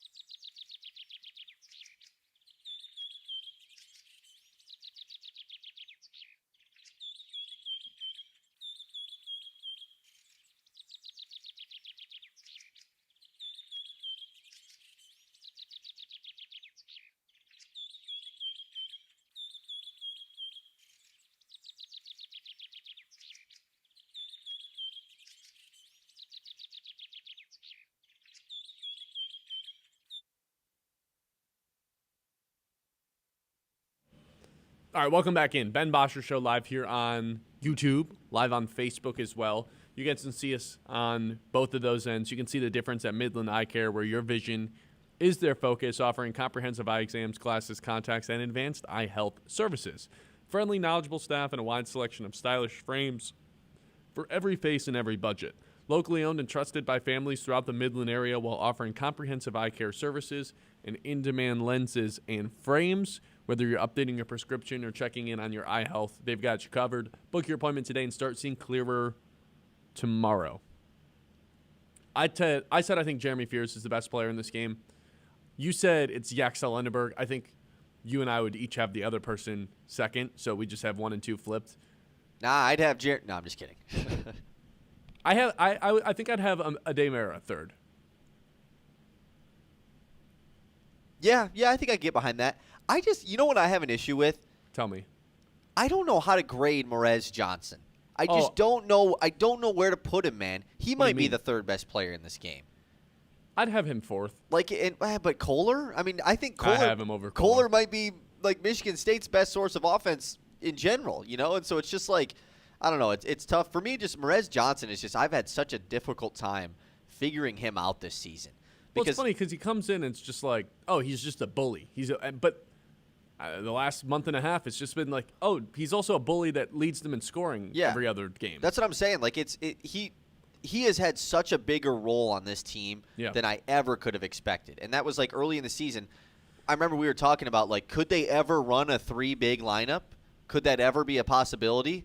Yeah. Every game. Yeah, they do it every game for, like, most of the game. And it's, like, one of the most efficient lineups in all of college basketball. So, like, you would think it would maybe be a little bit bulky at some point, especially with an inconsistent shooting point guard in Elliot Cadeau. But, like, nah, man, it has not mattered. Merez Johnson, to me, I would probably still lean Mara with you. But, I don't know. I might put Merez Johnson third, man. That guy has just been such a rock for Michigan in the last month or two, even when they've been playing, not as good as they were early in the year. But either way, it's Michigan State player 1 or 2, Michigan player 1 or 2.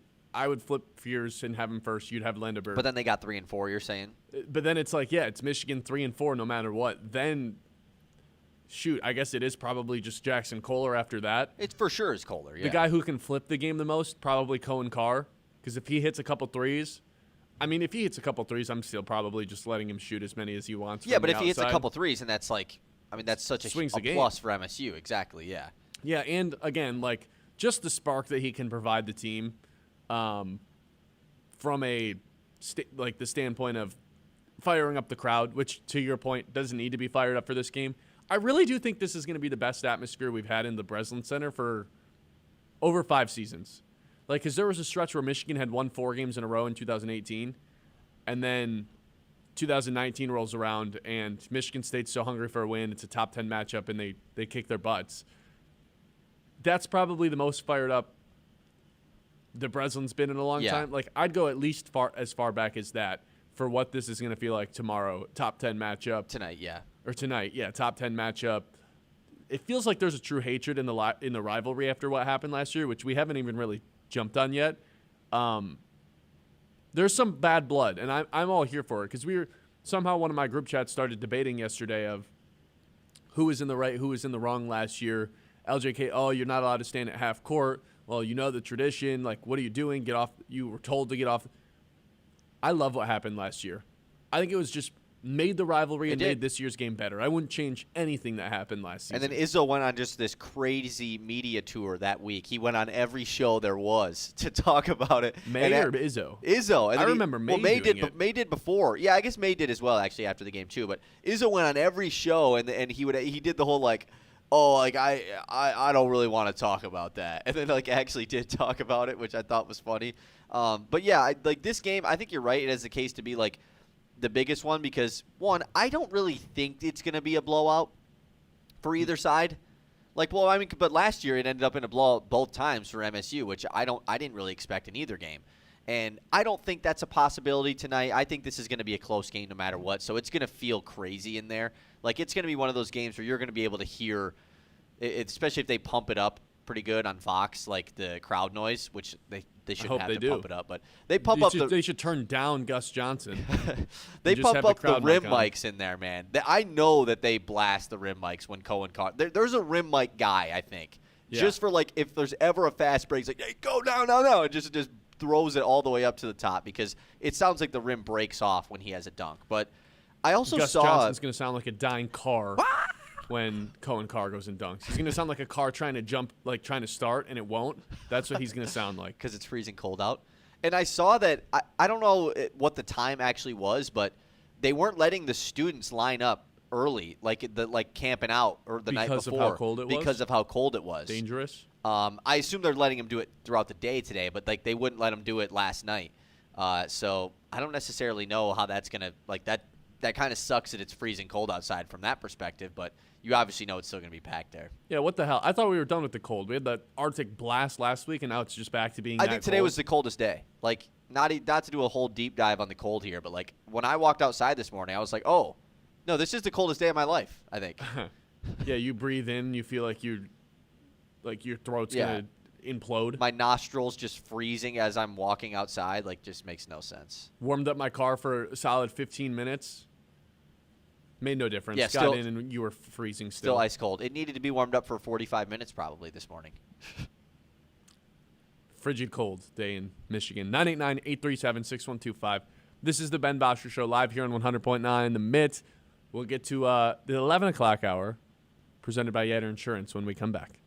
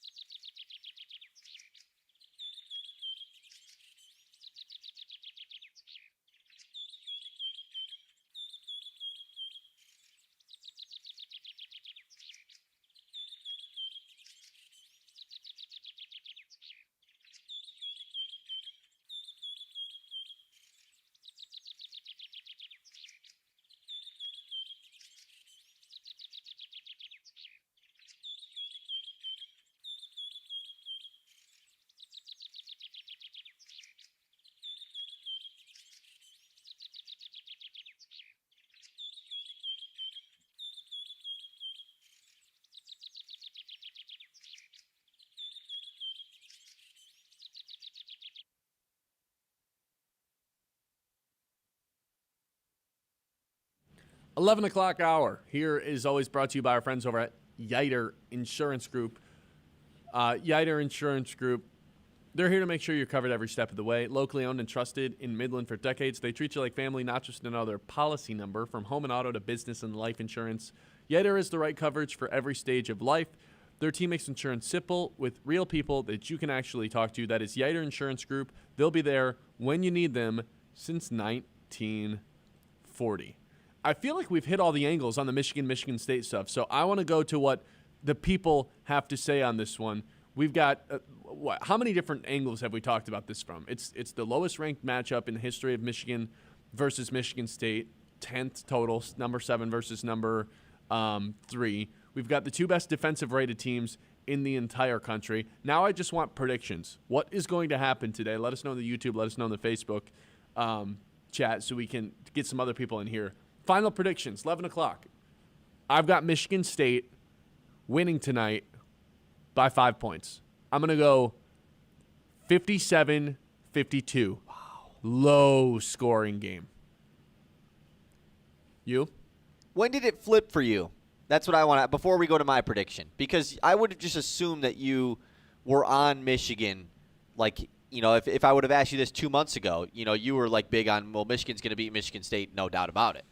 You know, what was the biggest change for you in the fact that now you're leaning Michigan State? Fears. Or when did it change? Fears. Fears became like an all-American guard, and the defense for Michigan State became the best defense in the country. Those seem like two things that I can't really you have to consider them. No, I totally agree. Yeah. So I would say the way that Michigan State's playing the last month has flipped it for me. So yeah. what would your prediction be? Yeah, when you have the best guard play combined with the best defense, yeah. I mean, I'm taking MSU. It's just as far. I think this is going to be a really close game. Like I think this is going to be a 2 or 3 point decision. I think the line being so close is valid here. So I'm going to go with MSU. What was your score? Did you do score? Or you just said by 5. I said 59. What did I think I said 57-52. Which you think it's going to be that low scoring? I mean, that's insane. I'm going to go MSU 71. Michigan 69. I think this is a 2 or 3 point game max in favor of the winner. Okay, let's go to what the people have to say. 989-837-6125, or just let us know on the YouTube or Facebook since we're not on the radio today. Dave says Lenderberg defers way too much for his skill level, but he's all team all the time. I keep waiting for his Michigan moment. Maybe it's this Friday. Yeah, this goes back to what we were saying earlier, where it's like he just kind of defers too much. He's looking for guidance. He wants someone to tell him what to do, rather than being like, "No, F that, give me the ball and get out of the way. I'm getting to the rim and getting to the free throw line or something. I got the team on my back." I don't get that vibe from Lunderberg, and I don't get that vibe from anybody on the Michigan team, which is part of the reason I'm picking Michigan State in this one. Yeah, no, you're right. I mean, it does come down to that, especially if we think it's going to be a close game, right? You take the team that you think is going to be more clutch. Kevin says, Michigan fan here, Sparty's defense has been playing way better than Michigan's as of late. This will be a tough game for Michigan in their house. I don't think Michigan can pull it off. A rational Michigan fan with a comment. I like it. Yeah, I mean, I think the road, like being on the road is maybe if this was a home game, I think I'd be a lot more open to picking Michigan in this one. But the Breslin Center, as I've stated, I just think is one of the toughest venues to play in all of college basketball. When you give them reason to get even more rambunctious in that place, yeah, it's going to be insane in there tonight. How many points do you think Michigan would be favored by if this first game was at Chrysler? Well, if they're 1.5 right now, like, is this really 4.5? This really depends on how much you think the home court swings it. Yeah, I think the Breslin Center swings the spread more so than the Chrysler Center does, though. Like the Breslin Center might be worth an extra point than what home court advantage typically is. Yeah. I don't really feel like I knew some people that were at the game on Tuesday in the Chrysler Center, and they said it was the loudest they've ever heard it in there against I heard Nebraska. about that too. I don't know, man. I just feel like those are two completely different venues and in terms of the level that they get to. It's also the same stadium that I could have went to watch Purdue and Zach Edey 3 years ago for $5. You know, like it's fair weather fans at Chrysler Center. It's that simple. Breslin is packed out every game, no matter what. Well, it's also, they don't ever stink. That's part of the reason why. Right, of course. Michigan had to kind of bring some fans back. Dusty made to prove why they should show up every game, but they still don't really It's not like a hostile environment. Michigan has a good crowd there every single day. The student section is the difference maker here. The Michigan State fans are hostile. Yes, the is-zone. The is-zone is hostile. Mitchell says, we have more depth than MSU. If we manage the turnovers, we'll be good, and we have to make the open 3-ball. We couldn't find our way to the basket against Nebraska and still had a win. So turnovers and hitting threes. Wow. That's what we talked about. Yeah, no, I feel like that. Two pretty big parts of the basketball game, you know? Can say that again. Dustin Lang says, let's see which Michigan team shows up tomorrow. Hopefully the focused, dominating one, not the sloppy, turnover-prone one. Yeah. I mean, that's what it really comes down to, I think, as far as how ready has Dusty May got his guys for this game, you know, because I don't think that the Michigan team that has been, more sloppy with the turnovers is like some bad team. No, but they're a gettable team. Whereas the first version of Michigan we saw in November and December, that team was ungettable. You could not beat that team no matter what you did. Gonzaga still only has one loss on the season. They've looked unbeatable, except they lost to Michigan by 40. You know, so it's just like that version of Michigan was ungettable, and now they've proven that they can be beaten. And so how ready does Dusty May have his guys? I think that, like Chris said in our YouTube chat earlier, he thinks the biggest X factor is just Dusty May. Like, compared to last year, how much has Dusty May grown just in this rivalry? I think that's a really good point. Howard says, interesting game, but I'm going with the Spartans today. I think State has better guard play. And even though the Michigan big men are good, State has plenty of bigs that can score, run, and most of all, play defense. I think that Ade Mara has to, kind of have a big game here. He has to, we talk about Lenderberg not being the guy who's like, nope, I'm not letting us lose. Ade Mara kind of has to have some, MF to him tonight if Michigan's going to win this game. Because what we've known about Tom Izzo in these games where Michigan has the big, whether it's Hunter Dickinson or Vlad Golden, they're probably going to just let him go one-on-one. Mara has to take advantage of that and kind of punt Carson Cooper. And because if he doesn't, I don't know if Michigan has a chance to lose. Or has a chance to win, I should say. Right. Yeah, I think there's a pretty good chance that by the end of the game, Mara is Michigan's leading scorer. I just don't know if that's what Michigan State is planning for or not. Which hasn't happened as much as I thought it would. At the beginning of the season, the first couple games, I was like, Mara's going to be the guy this entire season. He's unstoppable the way that Golden was. But that's not really Mara's game. He also kind of is missing that, I want to embarrass my opponent part of his game. Whereas I feel like there's a couple players on Michigan State who are always feeling that way, at least on one end of the floor. Sherrod says, if Michigan State doesn't have a lot of turnovers, they'll win by 15. Yet turnovers may be the biggest swing in this game. That's what I was going to ask. What do you think the number one stat is that, if the team wins this battle, they win the game? Turnovers, rebounding, fast break, second chance, It's got to be turnovers. It probably is, yeah. Which also just plays into possessions and fast breaks and right. True. All this yeah, other stuff. That's a good point. That's probably why it is, because if you're turning the ball over against both of these teams who really like to get up and go off of forced turnovers, it's probably resulting in 2 points the other way. Lori said it's going to be a good game. Good luck to both teams, but go green. So we got some Michigan State fans in our comment section right now. But good luck to both teams, though, That's good. If this game was in Ann Arbor, I might take Michigan, but not in East Lansing. State by 7. Yeah, I think that's my biggest take in this one. The Breslin Center is going to be the best venue in America tonight. Best venue in America this week. It's just unreal there, man. Yeah. It feels like the people just saying that they're going to split this year take is kind of the popular take, which that's fine. I think it is fine. It's boring, obviously, but it's fine. It also makes sense, I understand it. It is just so odd when you think about how different these teams were built. We've continued to talk about that, how different May and Izzo are, yet they play pretty similar. These teams are pretty similar teams, but they were built so differently. That's kind of the fun part about these groups. Let's do a couple more, and then we'll move on. 989-837-6125. Jeremiah says, this one's going to be epic. That said, go blue, but Michigan State has had my respect all season long. It's kind of hard to, not respect the opponent in this game. Like, because if you don't, I feel like you're just kind of walking into you might get your mouth beat in a little bit, right? Pause. Yeah. All right, 989-837-6125. This is the Ben Bosscher Show, live here on YouTube and Facebook. Like I told you, Lee, 11 o'clock hours presented by our friends over at Yater Insurance. We'll take a break, step away, come back, keep this thing rolling here on the show. More feedback looking from you.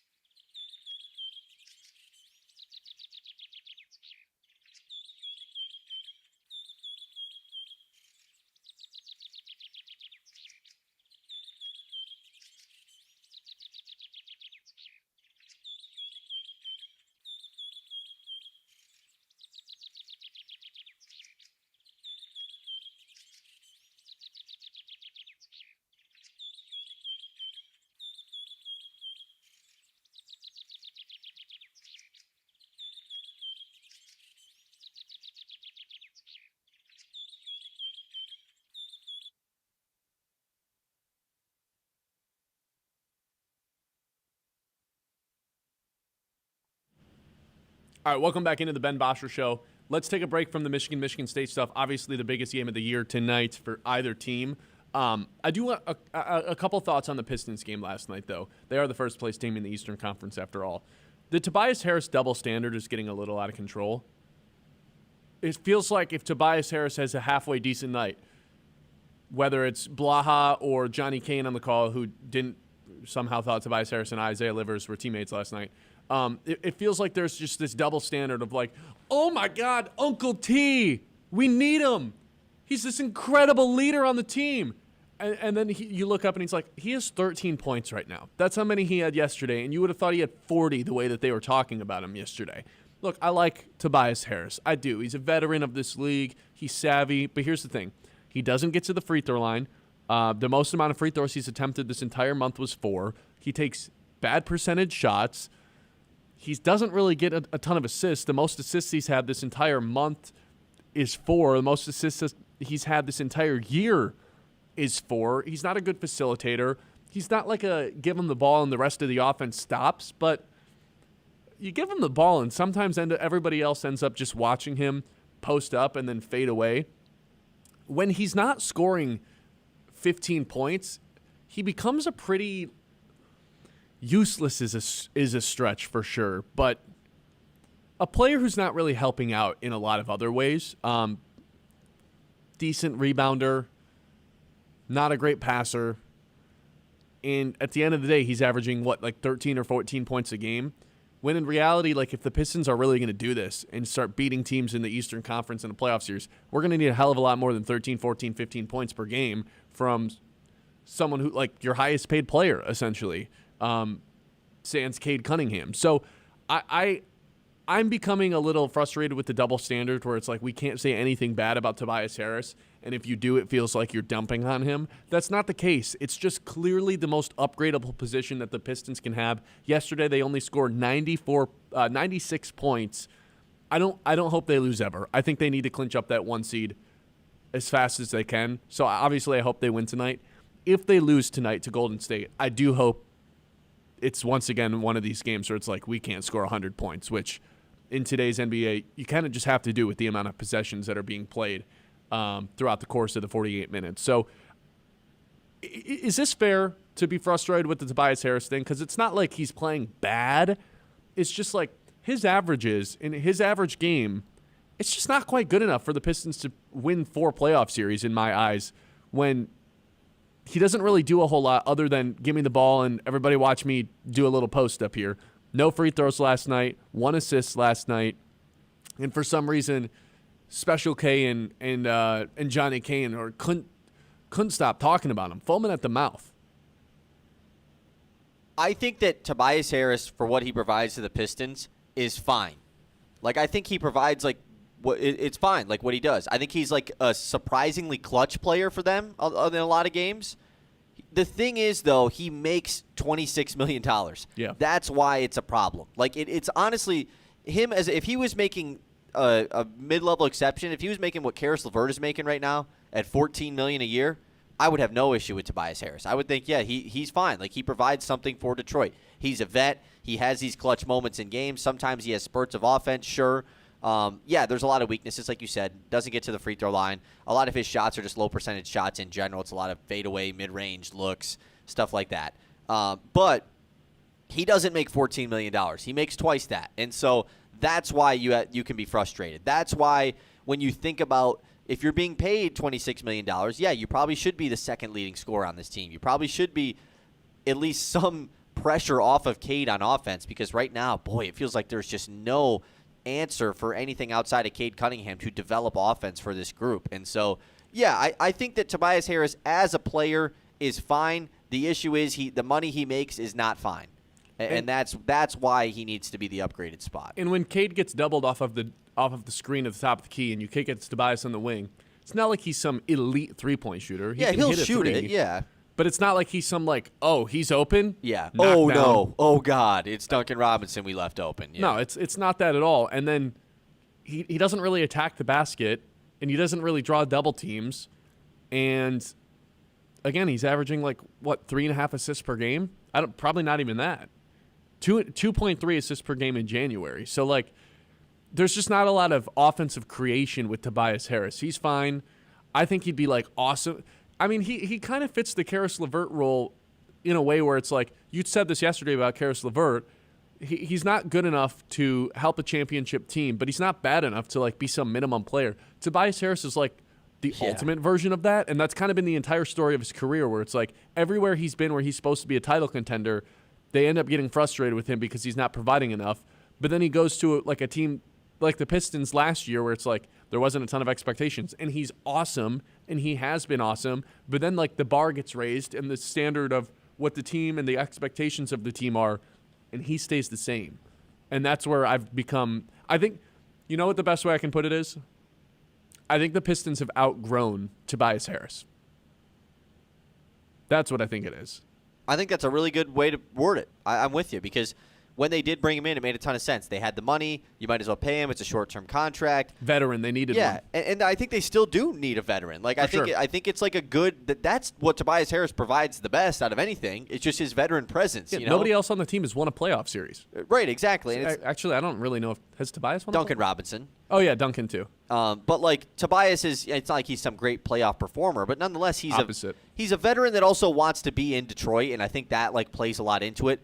But when that's the best thing that you bring to the table when you're making $25 million, and like your best trait is that I'm the vet, you know, it's like, oh well, are you at least like pretty good? You know, like that would be kind of nice too. So I still don't think he's going to be traded. But like you said, if they go back-to-back games of the offense is just clearly hindered right now and it needs to be upgraded, maybe it isn't just the Karis LeVert spot that's going to get upgraded. Who knows? The way that they were talking about him yesterday, you would have thought he had 27. He had 13. And, you know, he went 5 for 9, 3 for 4 from outside. And like I said, I think 13, he had a nice game. If he was making the mid-level, 13 would be fine for him. Yeah. He doesn't, though. You know, he doesn't make the mid-level. He makes twice it, and that's why that spot needs to be upgraded. He's also like average defender. So on some days, if you catch him on the wrong night, a really below average defender, if he's going up against someone who's pretty athletic. We've talked about it. It takes something for him to get locked in defensively. Yeah, I think he does a good job against like the bigs when he gets switched on to him. I thought he did a really good job against Cat in the playoff series. But like if he ends up getting on like a Jaylen Brown, or if Tatum comes back, one of these wings that's just athletic, no chance. He's an okay defender.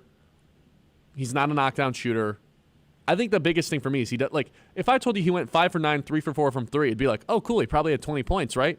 No, because he didn't get to the line once, and he ended with 13. He just doesn't really shoot free throws, right? Because he doesn't go through contact ever. He's always fading away because he thinks he's Carmelo. He's like Walmart Carmelo, right? That's always been a which thing is for maybe you. a compliment. It for sure is a compliment, but I would love if he was Walmart version of Carmelo for this team, man. Yeah, I think the NBA is just in such a different stage right now than when Carmelo was peaking.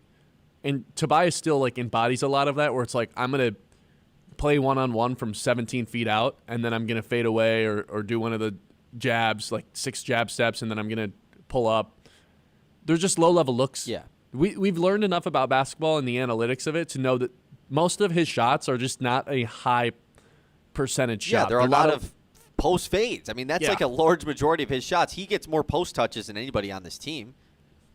Yeah, they have been posting Cade up a lot more lately. Right, yeah. I mean, Cade does it. Yeah, which I love that when they makes do sense that. because Cade is a really good post player, yeah. Especially because he's got a smaller guy on him most of the time. The guards actually have become the best post-up players in the NBA outside of Jokic. Like, there's Jokic, who's just kind of his own entity. Yeah, isn't the Jokic post-up like the best play in NBA history efficiency-wise? Is that right? I believe it is, yeah. It's just something hilarious. And then I feel like all the best guys that post up are like guards. It's like Cade. Tatum used to do it a lot. Jaylen Brown does it a ton. Yeah. Because his post fadeaway shot has, like, from, 10 feet out has just become an extremely high percentage shot. They're just so savvy down there. And then all the bigs want to stretch out and hit threes. I don't blame them. It's fun to hit threes. 989-837-6125. We'll hit the news when we come back. This is the Ben Bosscher Show. Live here on YouTube, live here on Facebook. I'll ask you one more time. Like and subscribe if you haven't already. Share it with a friend if you haven't already. Just give them a message. Hey, check out the Michigan State preview that these guys did. Pretty good. Maybe they'll tune in. All right, we'll be right back with the news.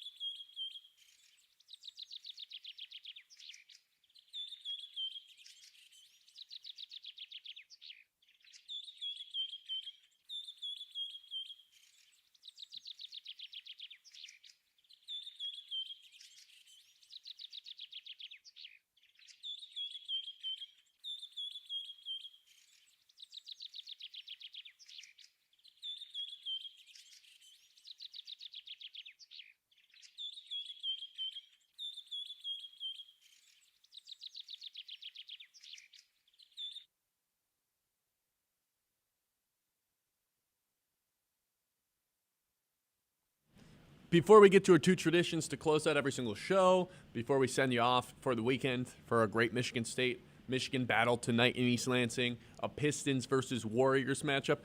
You know what's funny? I don't think the stats actually back this up. But doesn't it feel like the Pistons just kind of had the Warriors number just a little bit, even when they were really bad? Yeah, I think that's fair. I always think of, obviously, when they went 73-9, one of the losses was to the Pistons. I was at that game. You were, really? I was. Oh, that's cool. Part of history. Sadiq Bey's buzzer beater in Golden State. Yep. I remember that, and that was when they were good as well. So, yeah, that is a good point. It does feel like they've kind of had their number. I always like when the Pistons play against Draymond, too. Yeah, that's a good point. I don't think they actually have, a winning record or anything, but, for how bad the Pistons were versus how good the Warriors were for so long, there was a discrepancy. It should have been more. It shouldn't have been as even as it was. All right, anyway, here's Kyle with the news. All right, let's hop into it. I do want to say we got some breaking news from Gary, because Gary's got some insider information here. He says, Michigan's going to win, 83-78. But That's he says, a lot of points. Right, it is a lot of points. But he says during the post-game press conference, news comes out that Tarek Skubal signs his contract extension with the Tigers. So he's predicting basically the greatest night of his life tonight. So here's the thing. I think that's too late in the night for it to happen. And it wouldn't happen on a Friday evening news dump. If this is going to happen, I think it happens during the week in the middle of the day. So everyone gets to talk about it. And there's this whole celebration with it. I don't think it happens at, that would be 10 p.m. on a Friday night? Do you remember when Tom Gores had to speak finally, or didn't have to, but finally said something during the Pistons' 28-game losing streak? They were on game 26 of the losing streak, and fans were pleading for him to say, pleading sell for the team, anything.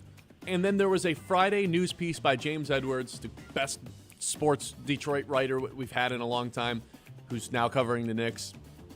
There was a piece that came out at 11 o'clock on Friday going into Saturday, where it was yep, here's all the thoughts that Tom Gores had. I talked to him privately during a private press conference. And it was just a huge thing. It's ridiculous. Yeah. Why is that coming out at 11 p.m. on a Friday? I thought I was the only one that caught it. Well, you probably were. Yeah, because no one was caring about that at that time. Yeah, exactly. I think that's the most I've ever cared about the Pistons, actually. Yeah, I love the enthusiasm from Gary here, but I don't think this. I think the Michigan winning is much more likely than the Tarek Skubal news. So I think Cohen Carr putting 2 feet in the rim for a dunk is more likely. Cohen Carr 10 threes. Yeah, exactly. Speaking of Tigers, though, we did get a little bit of news. FanGraphs did their 2026 season predictions for all the teams, as far as they do the 1 million simulations of the MLB season, and then it kind of gives you the average of wins that they're going to win. Is $1 million enough? Should they do maybe $1,500,000? Maybe 1,000 probably would be good enough. $1 million seems like a lot. But anyways, the Tigers 83 wins is their projection for 2026, and you're probably thinking, 83 wins. God, that's kind of a disappointment based on the last 2 years. Well, no, because in FanGraphs here, 83 wins the Tigers the AL Central because of how bad the other teams are all predicted to be as well. So here's the thing. They expect them to be a 500 team, which is essentially what they expected last year. Maybe because it's the same damn team. It's the same team. It's the same roster. I don't know why there would be any expectations for them to be better, other than optimism that Colt Keith takes a huge step forward, which I feel like is the number one thing they're banking. We're going to talk more Tigers once we get closer to spring training. I think I'm pivoting more towards Colt Keith being a bigger factor this season than McGonigal. Not in terms of production, but swing factor on how the season goes. Does that make sense? Yeah, no, that makes sense. So Kenley Jansen isn't worth 15 wins for you, or No, not enough. Okay, that's tough. They had good closers last year. It's nice to add to your strengths, but I feel like the biggest I like the Keith difference for the Tigers this year is going to be how Colt Keith is playing.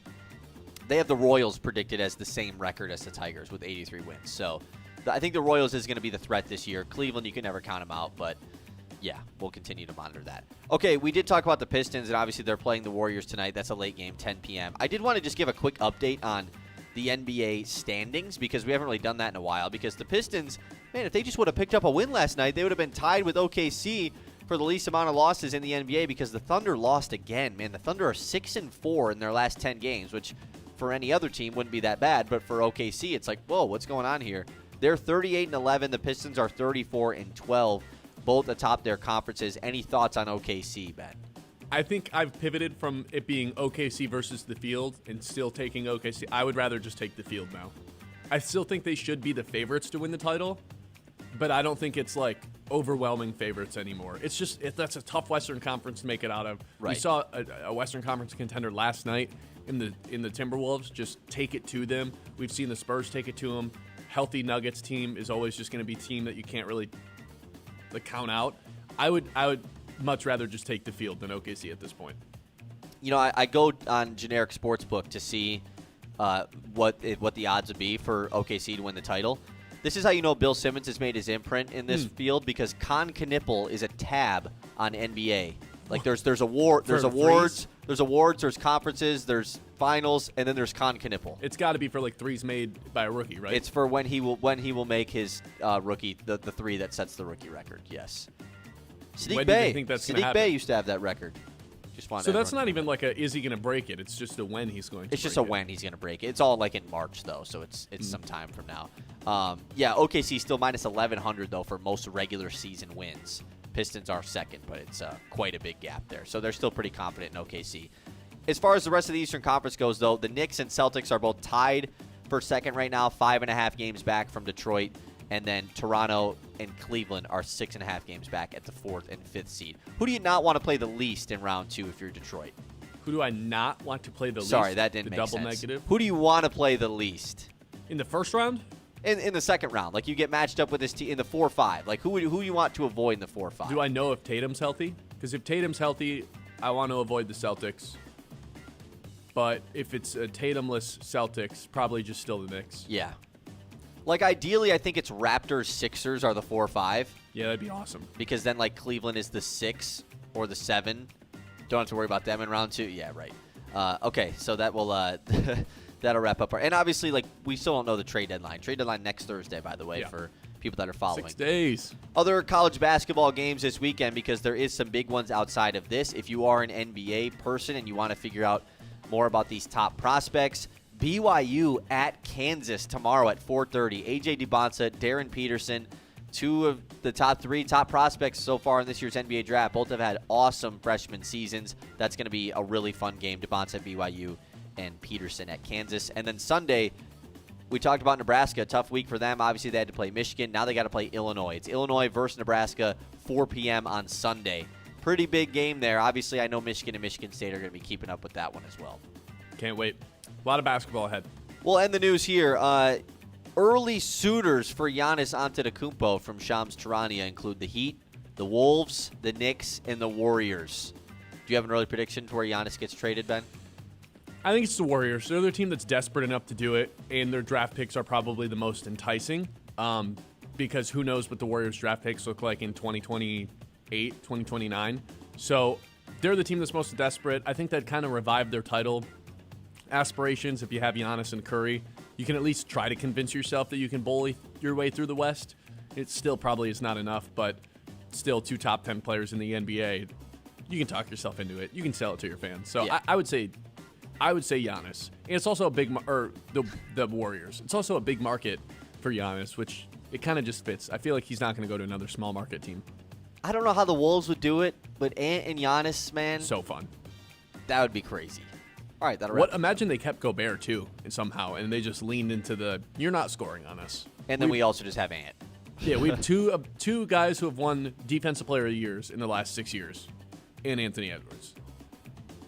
That'd be great. All right, 989-837-6125. Still live here from Dow Diamond, not the Blaze Electric Studio that's behind us. They're working on the new studio now. Looks great. Can't wait to share some pictures with you guys along the way. But we're going to take one more break. John's going to do his Gus Johnson impression, and then we'll do our true traditions to close out every show. This is the Ben Bosscher Show live here on YouTube, Facebook, 100.9 The Mitt.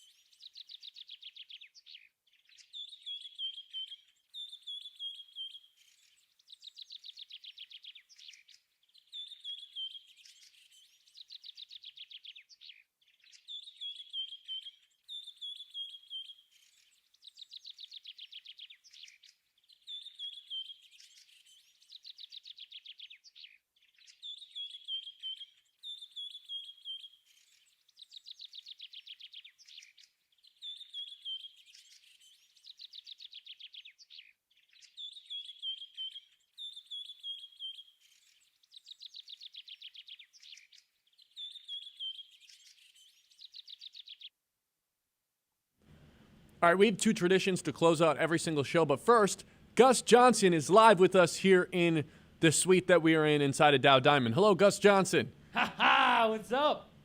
How we doing, Ben? You know, what's the part of the Michigan State game that you're the most looking forward to tonight? Tonight in East Lansing, ha ha!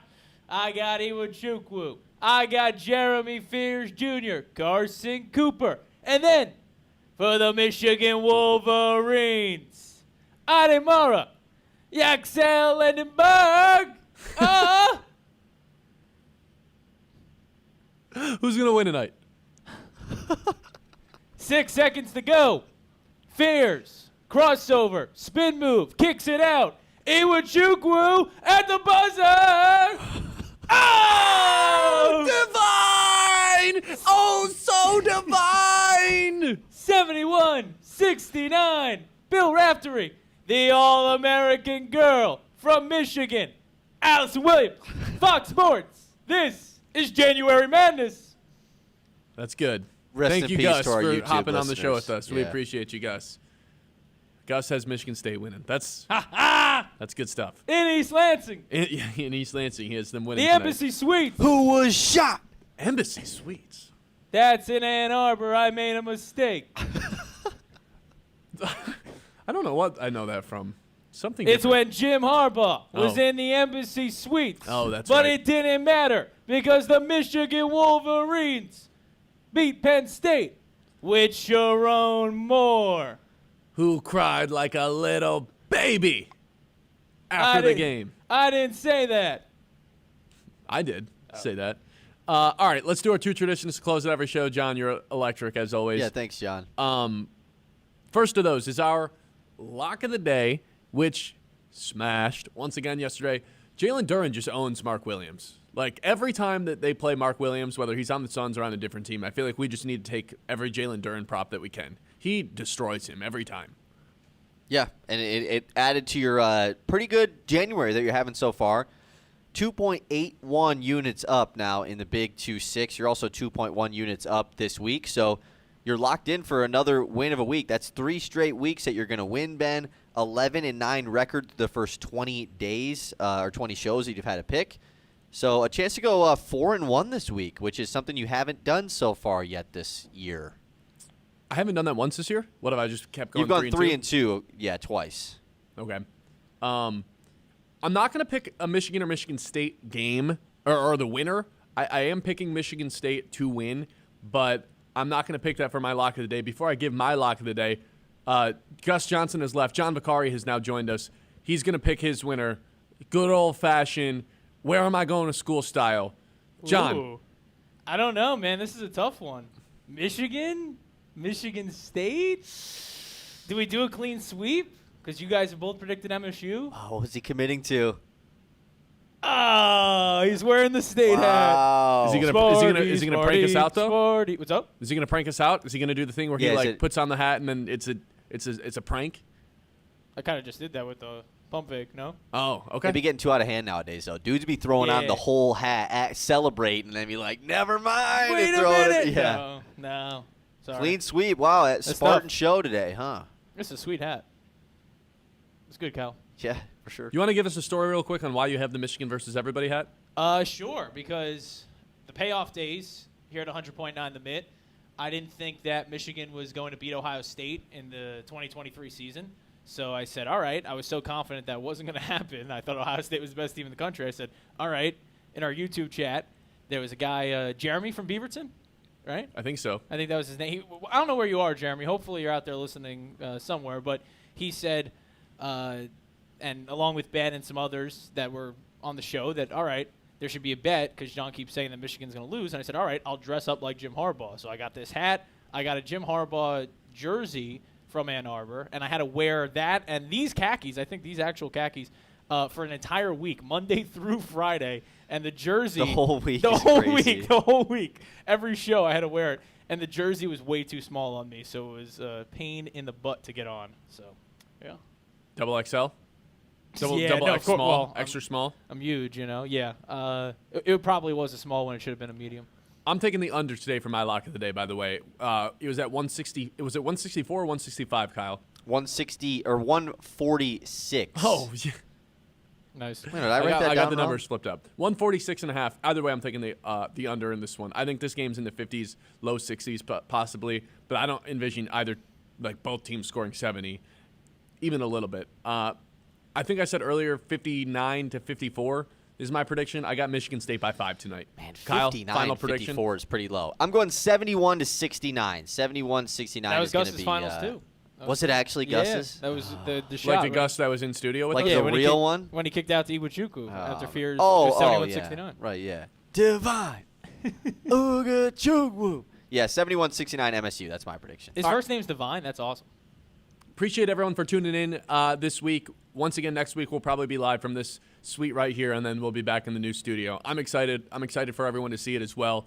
This is the Ben Bosscher Show live here on 100.9 The Mid.